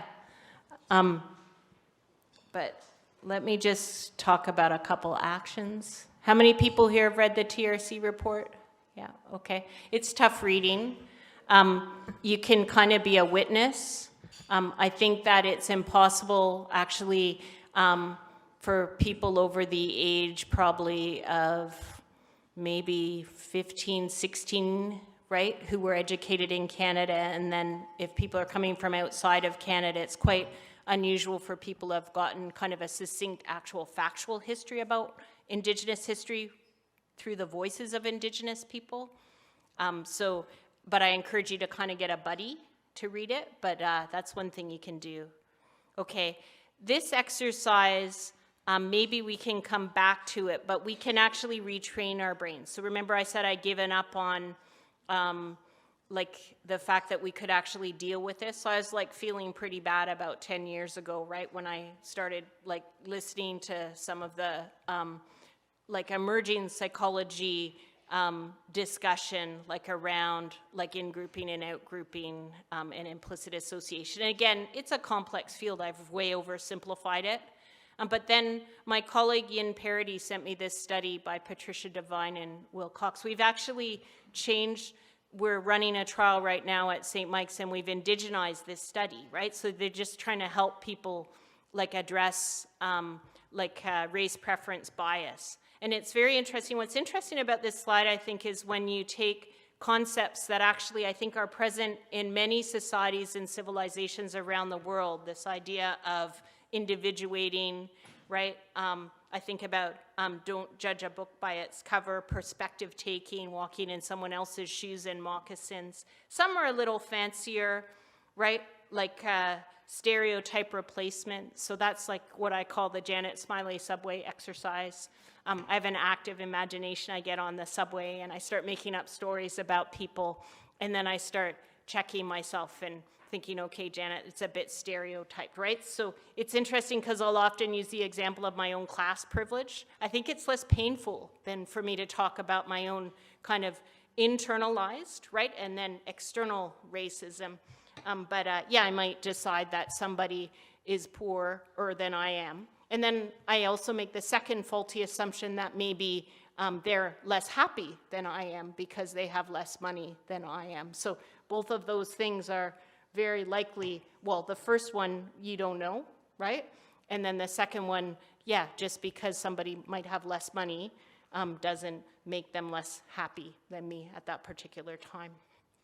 So if there's time, and some of you took pictures, you can look up that article by Divine, or I'm happy to share the slides. You can try to pick one of those strategies. There is Indigenous cultural safety programming. There's like tons now. So we're actually studying and trying to think about what would be most useful. I think as a starter, having one that's professionally facilitated, interactive, and actually has an anti-racist focus, right? Because it can be very nice to read a book, right? And, you know, we can move people through the arts. But yeah, I think I love my own like Cree Métis cultural teachings and stories. But yeah, if you're seeing them like through a warped and distorted lens, right? Then perhaps you're not going to benefit as much, right? If something's feeling easy and good and fun, it's not usually really helping address this painful reality of bias and oppression. So the last little piece I just wanted to say, and I've been thinking a lot about leadership because, of course, we often think about people who are like coming into health services very ill and vulnerable, places like emergency room departments, which are real hot spots. But one of the things I've noticed, I guess, as I've supposedly advanced a little bit, perhaps in my research career, is it does seem that there can be more microaggressions, more like just what I think are, direct aggressions. And I think about this because I guess perhaps then the threat is stronger or something because now apparently I have some more research credentials. Yeah, I want people to think about Jody Wilson-Raybould, and of course you have her with Jane Philpott. I also think then perhaps as like, and I have, like as I perhaps have more power, right? Like within an institution like U of T, right? Like as a senior research chair and full professor. But yeah, and then there becomes more opportunity, I guess, to share like differences in worldviews and values. Right, I come from a very value-based culture, and I've been trained as an Indigenous leader now for quite a long time. So I guess I just think about promoting Indigenous leadership and what that really takes, and for promoting diversity in leadership. So it's just something for us to think about because I actually think some people, like it might be easier to be in the conversation. I would say it for myself if it was a more junior colleague or a student or my patients, right? Like I think I'm maybe more aware of my power and privilege, right? But if it's around a more senior table, right? Like, or the person maybe, is now competing with me, I think it can be quite different. So for those of you in senior leadership positions, think about that and think about if you're feeling uncomfortable. The most common stereotypes of Indigenous women in leadership positions is that they are abrasive and angry, okay? Think about that if you're listening to an Indigenous woman in a senior leadership position or at a meeting and they appear abrasive and angry, maybe just think about why that might happen. And I think the other piece about it, and I have like Dr. Bryden, to thank for this. I think if you see a racialized person who appears angry and perhaps disruptive, and you're in some kind of leadership position, and it's being identified as a problem, right? I think that's quite a different situation than if you have just an angry, disruptive physician, right? Like who may not be in a socially excluded position, or might not be the only person in the room, right? Like most of the time, right? And who might not have the same pressures or responsibilities, like in terms of voicing inequities. So it might feel a little uncomfortable, and maybe they might take up a little bit more time. But I would think that the mechanisms to deal with that, to make sure that things can keep going on in a good way, would be quite different, right, than a non-reflective, like a person who wasn't experiencing like attacks of oppression and responsibility. Okay, so that's it for me, and I've stolen a little bit of time from Stephanie Nixon, but I'll let the facilitators deal with that. Perfect. There's two logistical issues we need to attend to, and the first is that for this session, you're going to need a paper and a pen. There's papers coming down. You may recall pens. We write with pens. And the second is that when I say go, I'm going to give you 30 seconds to move your body in a way that just makes your body feel better. You have been sitting still for so long. Get air into you, and then settle however feels comfortable, including if you want to stand. Go.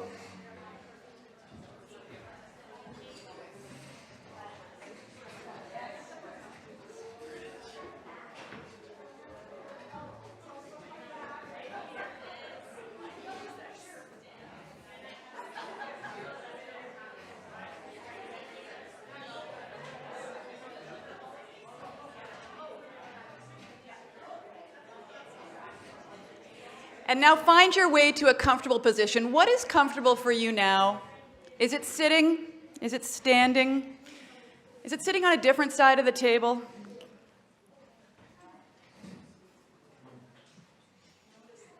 Take a couple deep breaths. Fill up your mind with air.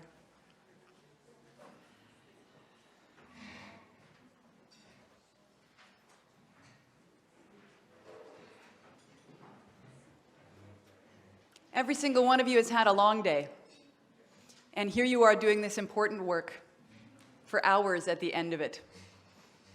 So a moment of self-appreciation, self-compassion.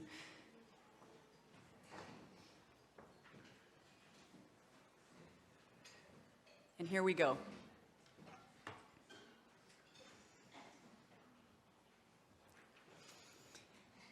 I've had the opportunity to attend quite a number of talks on racism in the context of health and healthcare. I've never been at or even heard of a talk on whiteness in the context of health or healthcare or health education. And the thing is, I'm not just at a talk on whiteness, I'm actually giving the talk on whiteness.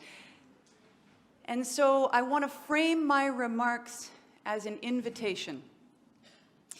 In fact, what I'm going to do is not talk about whiteness, I'm going to talk about my whiteness. I'm going to reflect critically on what my journey has been and where I'm heading in terms of coming to understand what it means to be white and where this fits into the stories of racism and anti-oppression that have been so beautifully introduced by my co-panelists.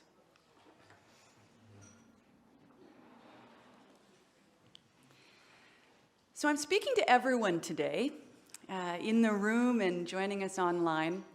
And there are some times in this conversation when I'm speaking in particular to my white colleagues. And I am accountable in these remarks to my Black and Indigenous and racialized colleagues on this panel, to the Black and Indigenous racialized folks in the room and online. That is the role of white folks in anti-racist work, is accountability to our BIPOC partners. And so when I make a mistake, not if, right? This is fraught work.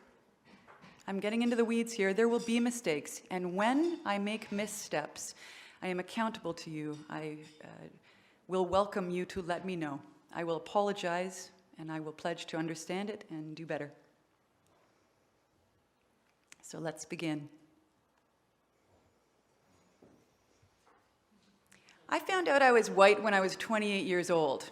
It was in a social determinants of health class in my Master of Science program. Our professor asked us to consider what are the social factors that have shaped our health. And I listened to my classmates, and one person said it was my being a new immigrant to this country. Another person said it was being black. Another said it was being South Asian. It got around to my turn, and I just felt so embarrassed. And I said, this exercise doesn't really apply to me. You see, I'm not anything. I'm just normal. Now, I grew up in a white middle-class household in a largely white neighborhood in Scarborough, of parents of Irish and English descent. It was a socially progressive household, a colorblind household. I had 4 years of a kinesiology undergraduate degree. I had trained in physiotherapy at a school known for its critical thinking, and I had practiced clinically for 4 years at this point at the late great Wellesley Hospital with the HIV program, one of the most socially progressive hospitals in the city. And then I was here. And the students and the teacher around me helped to nudge me to think that I'm not nothing, that I'm many things, including white, and that matters. And when I look back at my 28-year-old self, I can see now why I thought I was nothing, and it's because I had this understanding of racism that is completely wrong. I thought that racism was something that only happened between individuals, that was only perpetrated by people who were bad, and was something that was done on purpose. Years later, I have come to see that the mere idea that I could see myself as normal reflects a profound position of superiority, such that my whiteness, my social position was taken as the default, as the normal way of being against which everything else was different, and not just different, but inferior.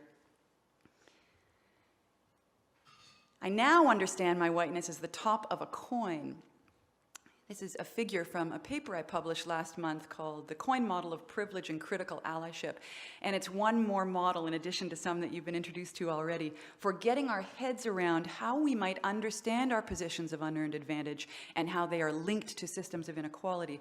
So I picture now a coin, the coin metaphor, being the social structure with its historic roots that gives unearned advantage if your social identity is aligned with it, or unearned disadvantage if you don't. We are all socialized into these coins. We don't get to opt out of them. We are all socialized into them. And in fact, even though you receive privilege on the top and oppression on the bottom, we are all socialized, and therefore we are all potentially upholding, reinforcing these coins. And so for racism, I understand now my social identity of being white. I did not ask to be white. I am white. I did not ask to fall into this history. I am in this history. And what I need to come to see is how I am engaged in these historic patterns. And of course, it's not just racism, right? It's intersecting with a whole bunch of other coins, some of which I'm on the top of, some of which I received unearned advantage from, and some unearned disadvantage. But fundamentally, I understand racism as structural. And so here's where I wanted you to take your page, the paper that you found for yourself, and draw a line down the middle of it, just like I've got a line down the middle here.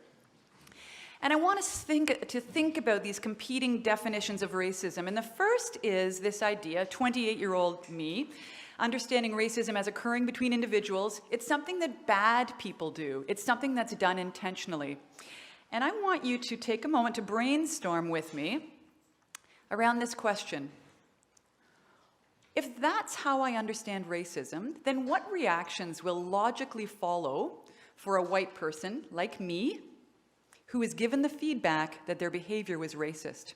If I believe that racism is something that happens between individuals, it's done by bad people, and it's intentional, and I'm told, been given feedback that my that my behavior was racist, write down 3 feelings that would logically follow. What are 3 feelings I might have?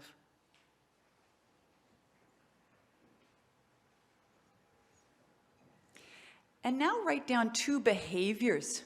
What might I do? 2 behaviors that logically follow from these feelings.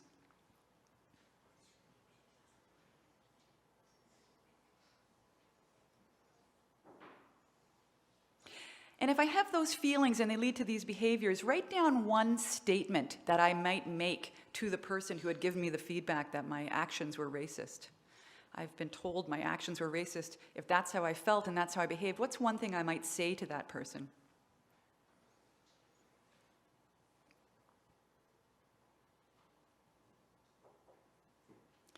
And now the final part of this arc. What is the function of these feelings and behaviors and statements? What do they do? What is the effect of these feelings and statements on me, the person who has received that feedback, and on racism? What does it make possible or impossible?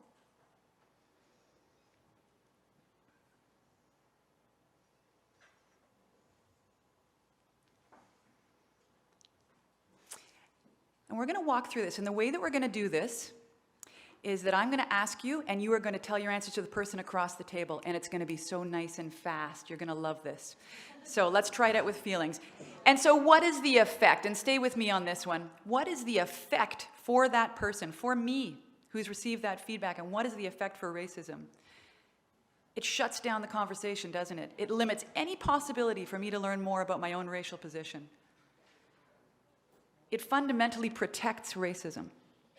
It ensures the status quo. What is this constellation of feelings and behaviors and statements commonly called?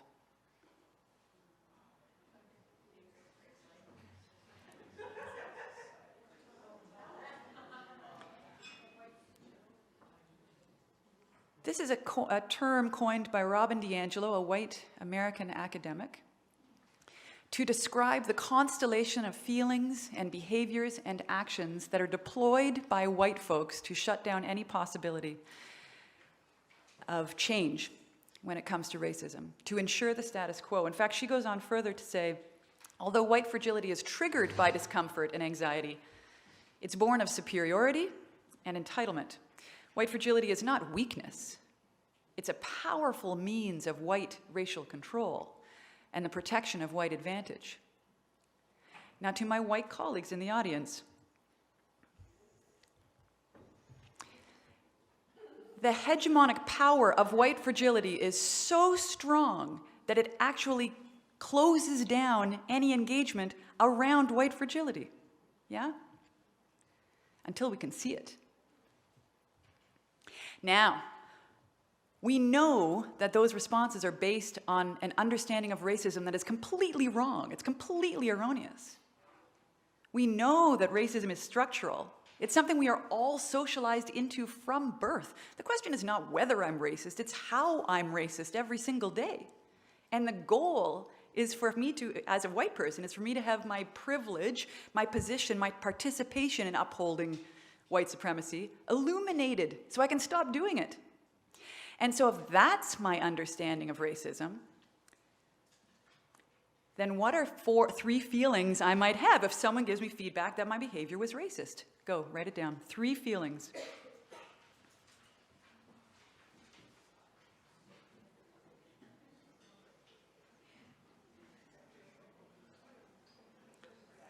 And if I have those feelings, what are 2 behaviors I might have? What are 2 things I might do? What follows logically? If the goal is to have my privilege illuminated, I feel this way, and what might I do?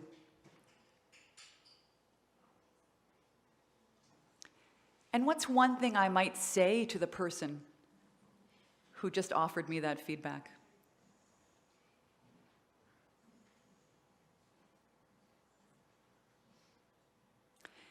And what is the effect on me? What is made possible for me? And what is the effect on racism?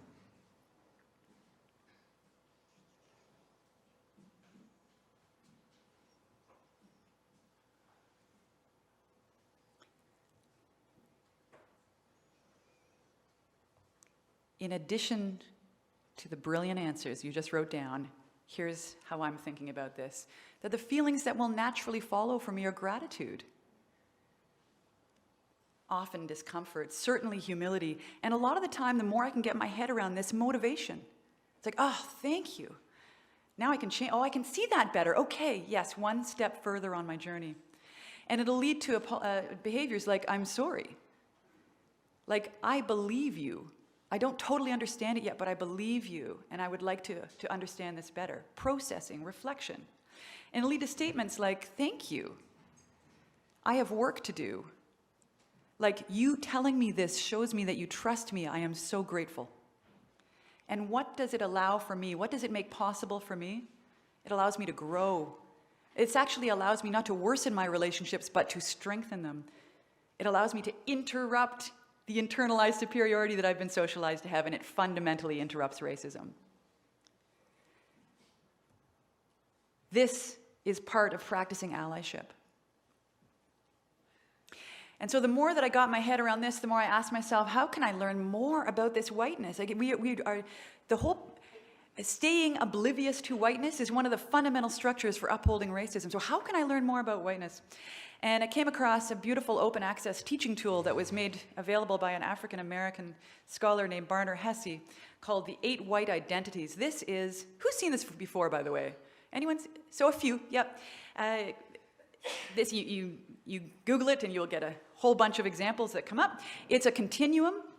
It is a continuum of white identities that goes from white supremacists, that is clearly explicitly arguing in favor of white superiority, all the way to the other end, white abolitionist, which is dismantling whiteness. Dismantling whiteness.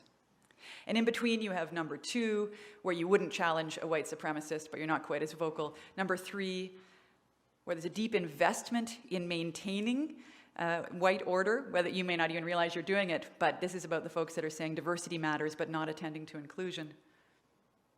And down it goes. And then there's what we're doing right now. Number 6, maybe, trying to expose whiteness speaking back to whiteness. Number 7, actively refusing to be complicit with structural racism. And I think we're not just one of these. I think our actions, our behaviors match a bunch of them. And I want you to just take a look here and say, which do your actions, this is mostly for white folks, but it's all of us who have the potential to uphold racism. And so have a look and say, where do my actions align here? Either what I'm doing or because of what I am not doing. And I would propose that for myself, I think I'm mostly a 4, 5, and 6 kind of person with a little bit of 7 sometimes. But through my personal and professional day, I think my actions reflect about probably 4, 5, and 6. Now, how many people have heard and or said this comment at any of your anti-oppression works, right? I've done it. And that's true. We need the other folks in the room. I think it's also false. I think that I am exactly the person that needs to be in the room for this education, and I'll tell you why. It's because I consider myself a white progressive, and by that I mean I have always been driven by social justice. I've devoted myself to a career in the caring professions. I eschew racism. And when I was mentioning this to Lana James, who is a great anti-black racism activist, a grad student of mine teaching me a lot, she said, Stephanie, health is where white progressives go. And I was like, oh, it's not even an accident. She's like, look around. Yeah. So it was a real wake-up call to me when I read this line from Robin DiAngelo's book, White Supremacy, where she says, I define white progressive as any white person who thinks he or she is not racist, or is less racist, or in the choir, or already gets it. White progressives can be the most difficult for people of color because to the degree that we think we have arrived, we will put our energy into making sure that others see us as having arrived. And she goes on to say, and these are her italics, I believe that white progressives cause the most daily damage to people of color. I believe that white progressives, she's talking to me, cause the most daily damage to people of color. Now, to my white colleagues in the room, tune in to the possibility of white fragility here. We are socialized to respond in a particular way when we are confronted with comments like that about our upholding racism. So how does your body feel? I go through this all the time. How does my body feel? What reaction zipped into my mind uninvited when I heard those words? But then I can see them for what they are. This happens all the time when I'm working with grad students. I have Black and Indigenous grad students. I'll say, hang on, I'm having a wave of white fragility. I'm feeling kind of defensive. I'm starting not to believe what you're saying. and I'll take a shot of humility and a shot of self-compassion, and I'll get back to the work. I'm like, okay, I'm back, let's go. And here's Desmond Cole on the same idea. White liberalism, he's talking to me. White liberalism is all about opposing racism in principle, putting it into our EDI statements, but not about putting our time and money and bodies where our mouth is. So I want to go back to these 8 white identities, and I want to ask us to reflect on which ones of these are dismantling white supremacy and structural racism, and which ones are not. And it's easy to see that the first 2 are clearly upholding structural racism, but I would propose that so are 3, 4, and 5, and that it's 6, 7, and 8 where we're making real change. And so in my day, I think I fluctuate in my actions between 4, 5, 6, and a little dash of 7.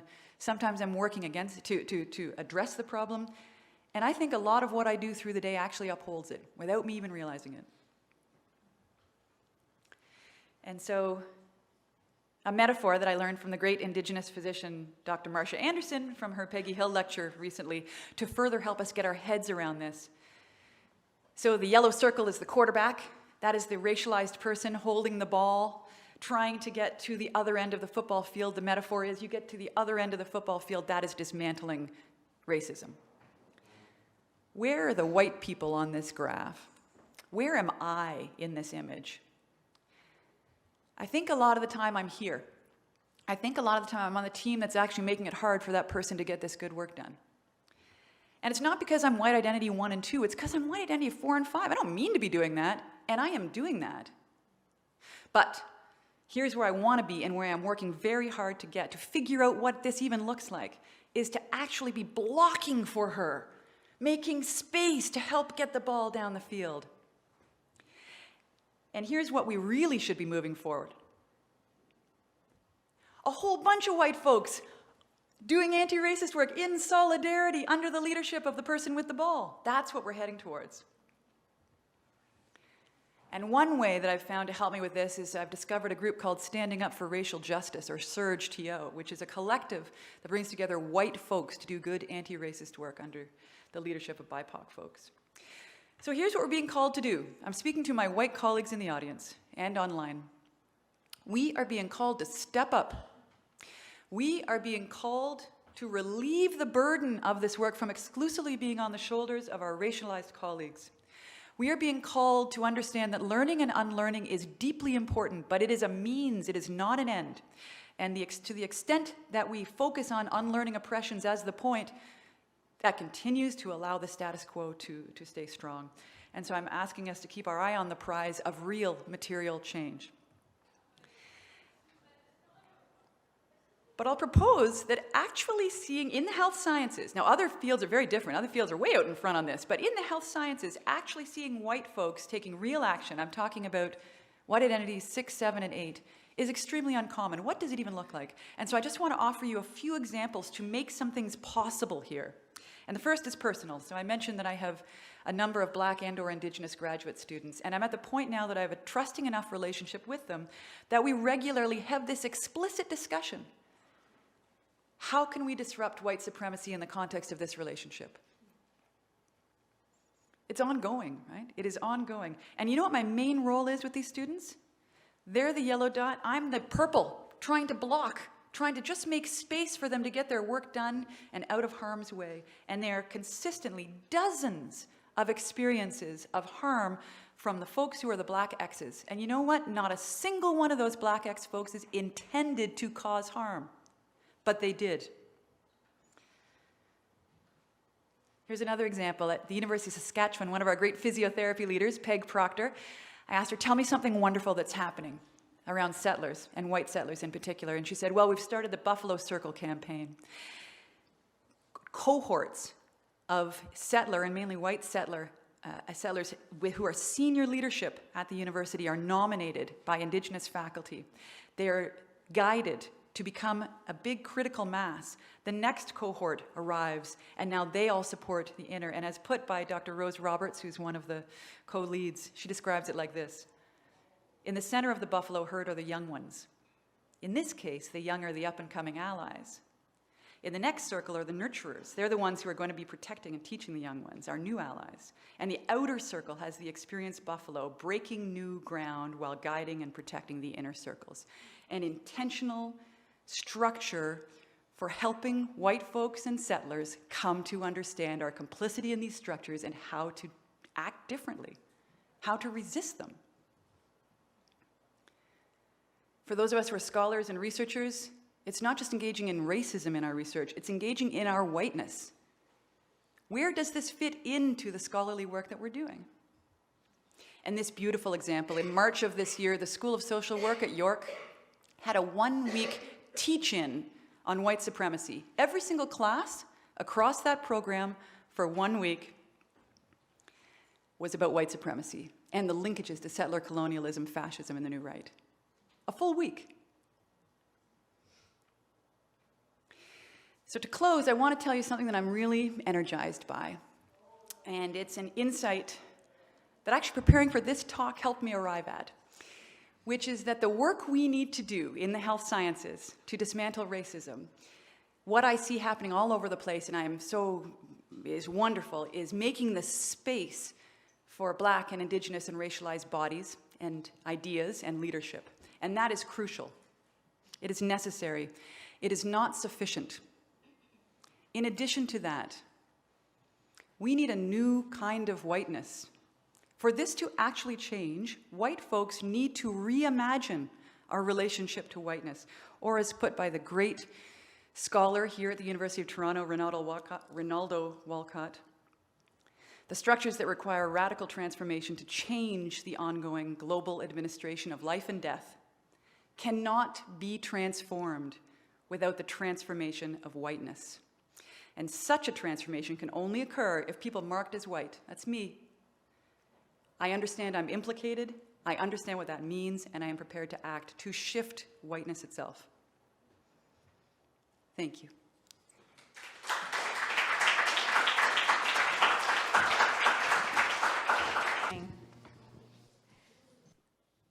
So that concludes the facilitated portion of our event. We still have a few minutes after just to discuss and network with each other.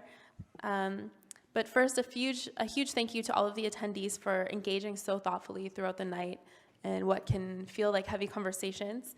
And I would like to very warmly thank our brilliant speakers. Thank you, Dr. Rithika Goel, Dr. Janet Smiley, Dr. Janelle Joseph, and Dr. Stephanie Nixon for those fantastic presentations.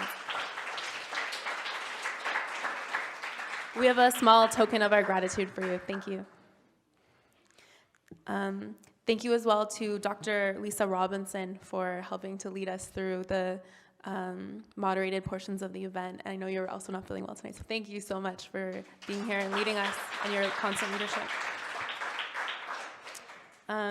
Thank you as well to those who made the event possible, including all of our Heart House event staff, the Diversity Moves Us staff, Daisy, Francesca, Michelle, Golnaz, and Sandiki for helping lead us through conversations. And thank you to U of T Sport and Recreation for partnering with us through their Equity Ideas Fund. Thank you to the OID staff, Office of Inclusion and Diversity staff, who are endlessly supportive of these events, putting them all together, Christina Stavnik, Vanessa Norozi, and as well as the Director of Equity, Diversity Inclusion, Anita Balakrishna, who helped to facilitate many of the portions of the event. Thank you.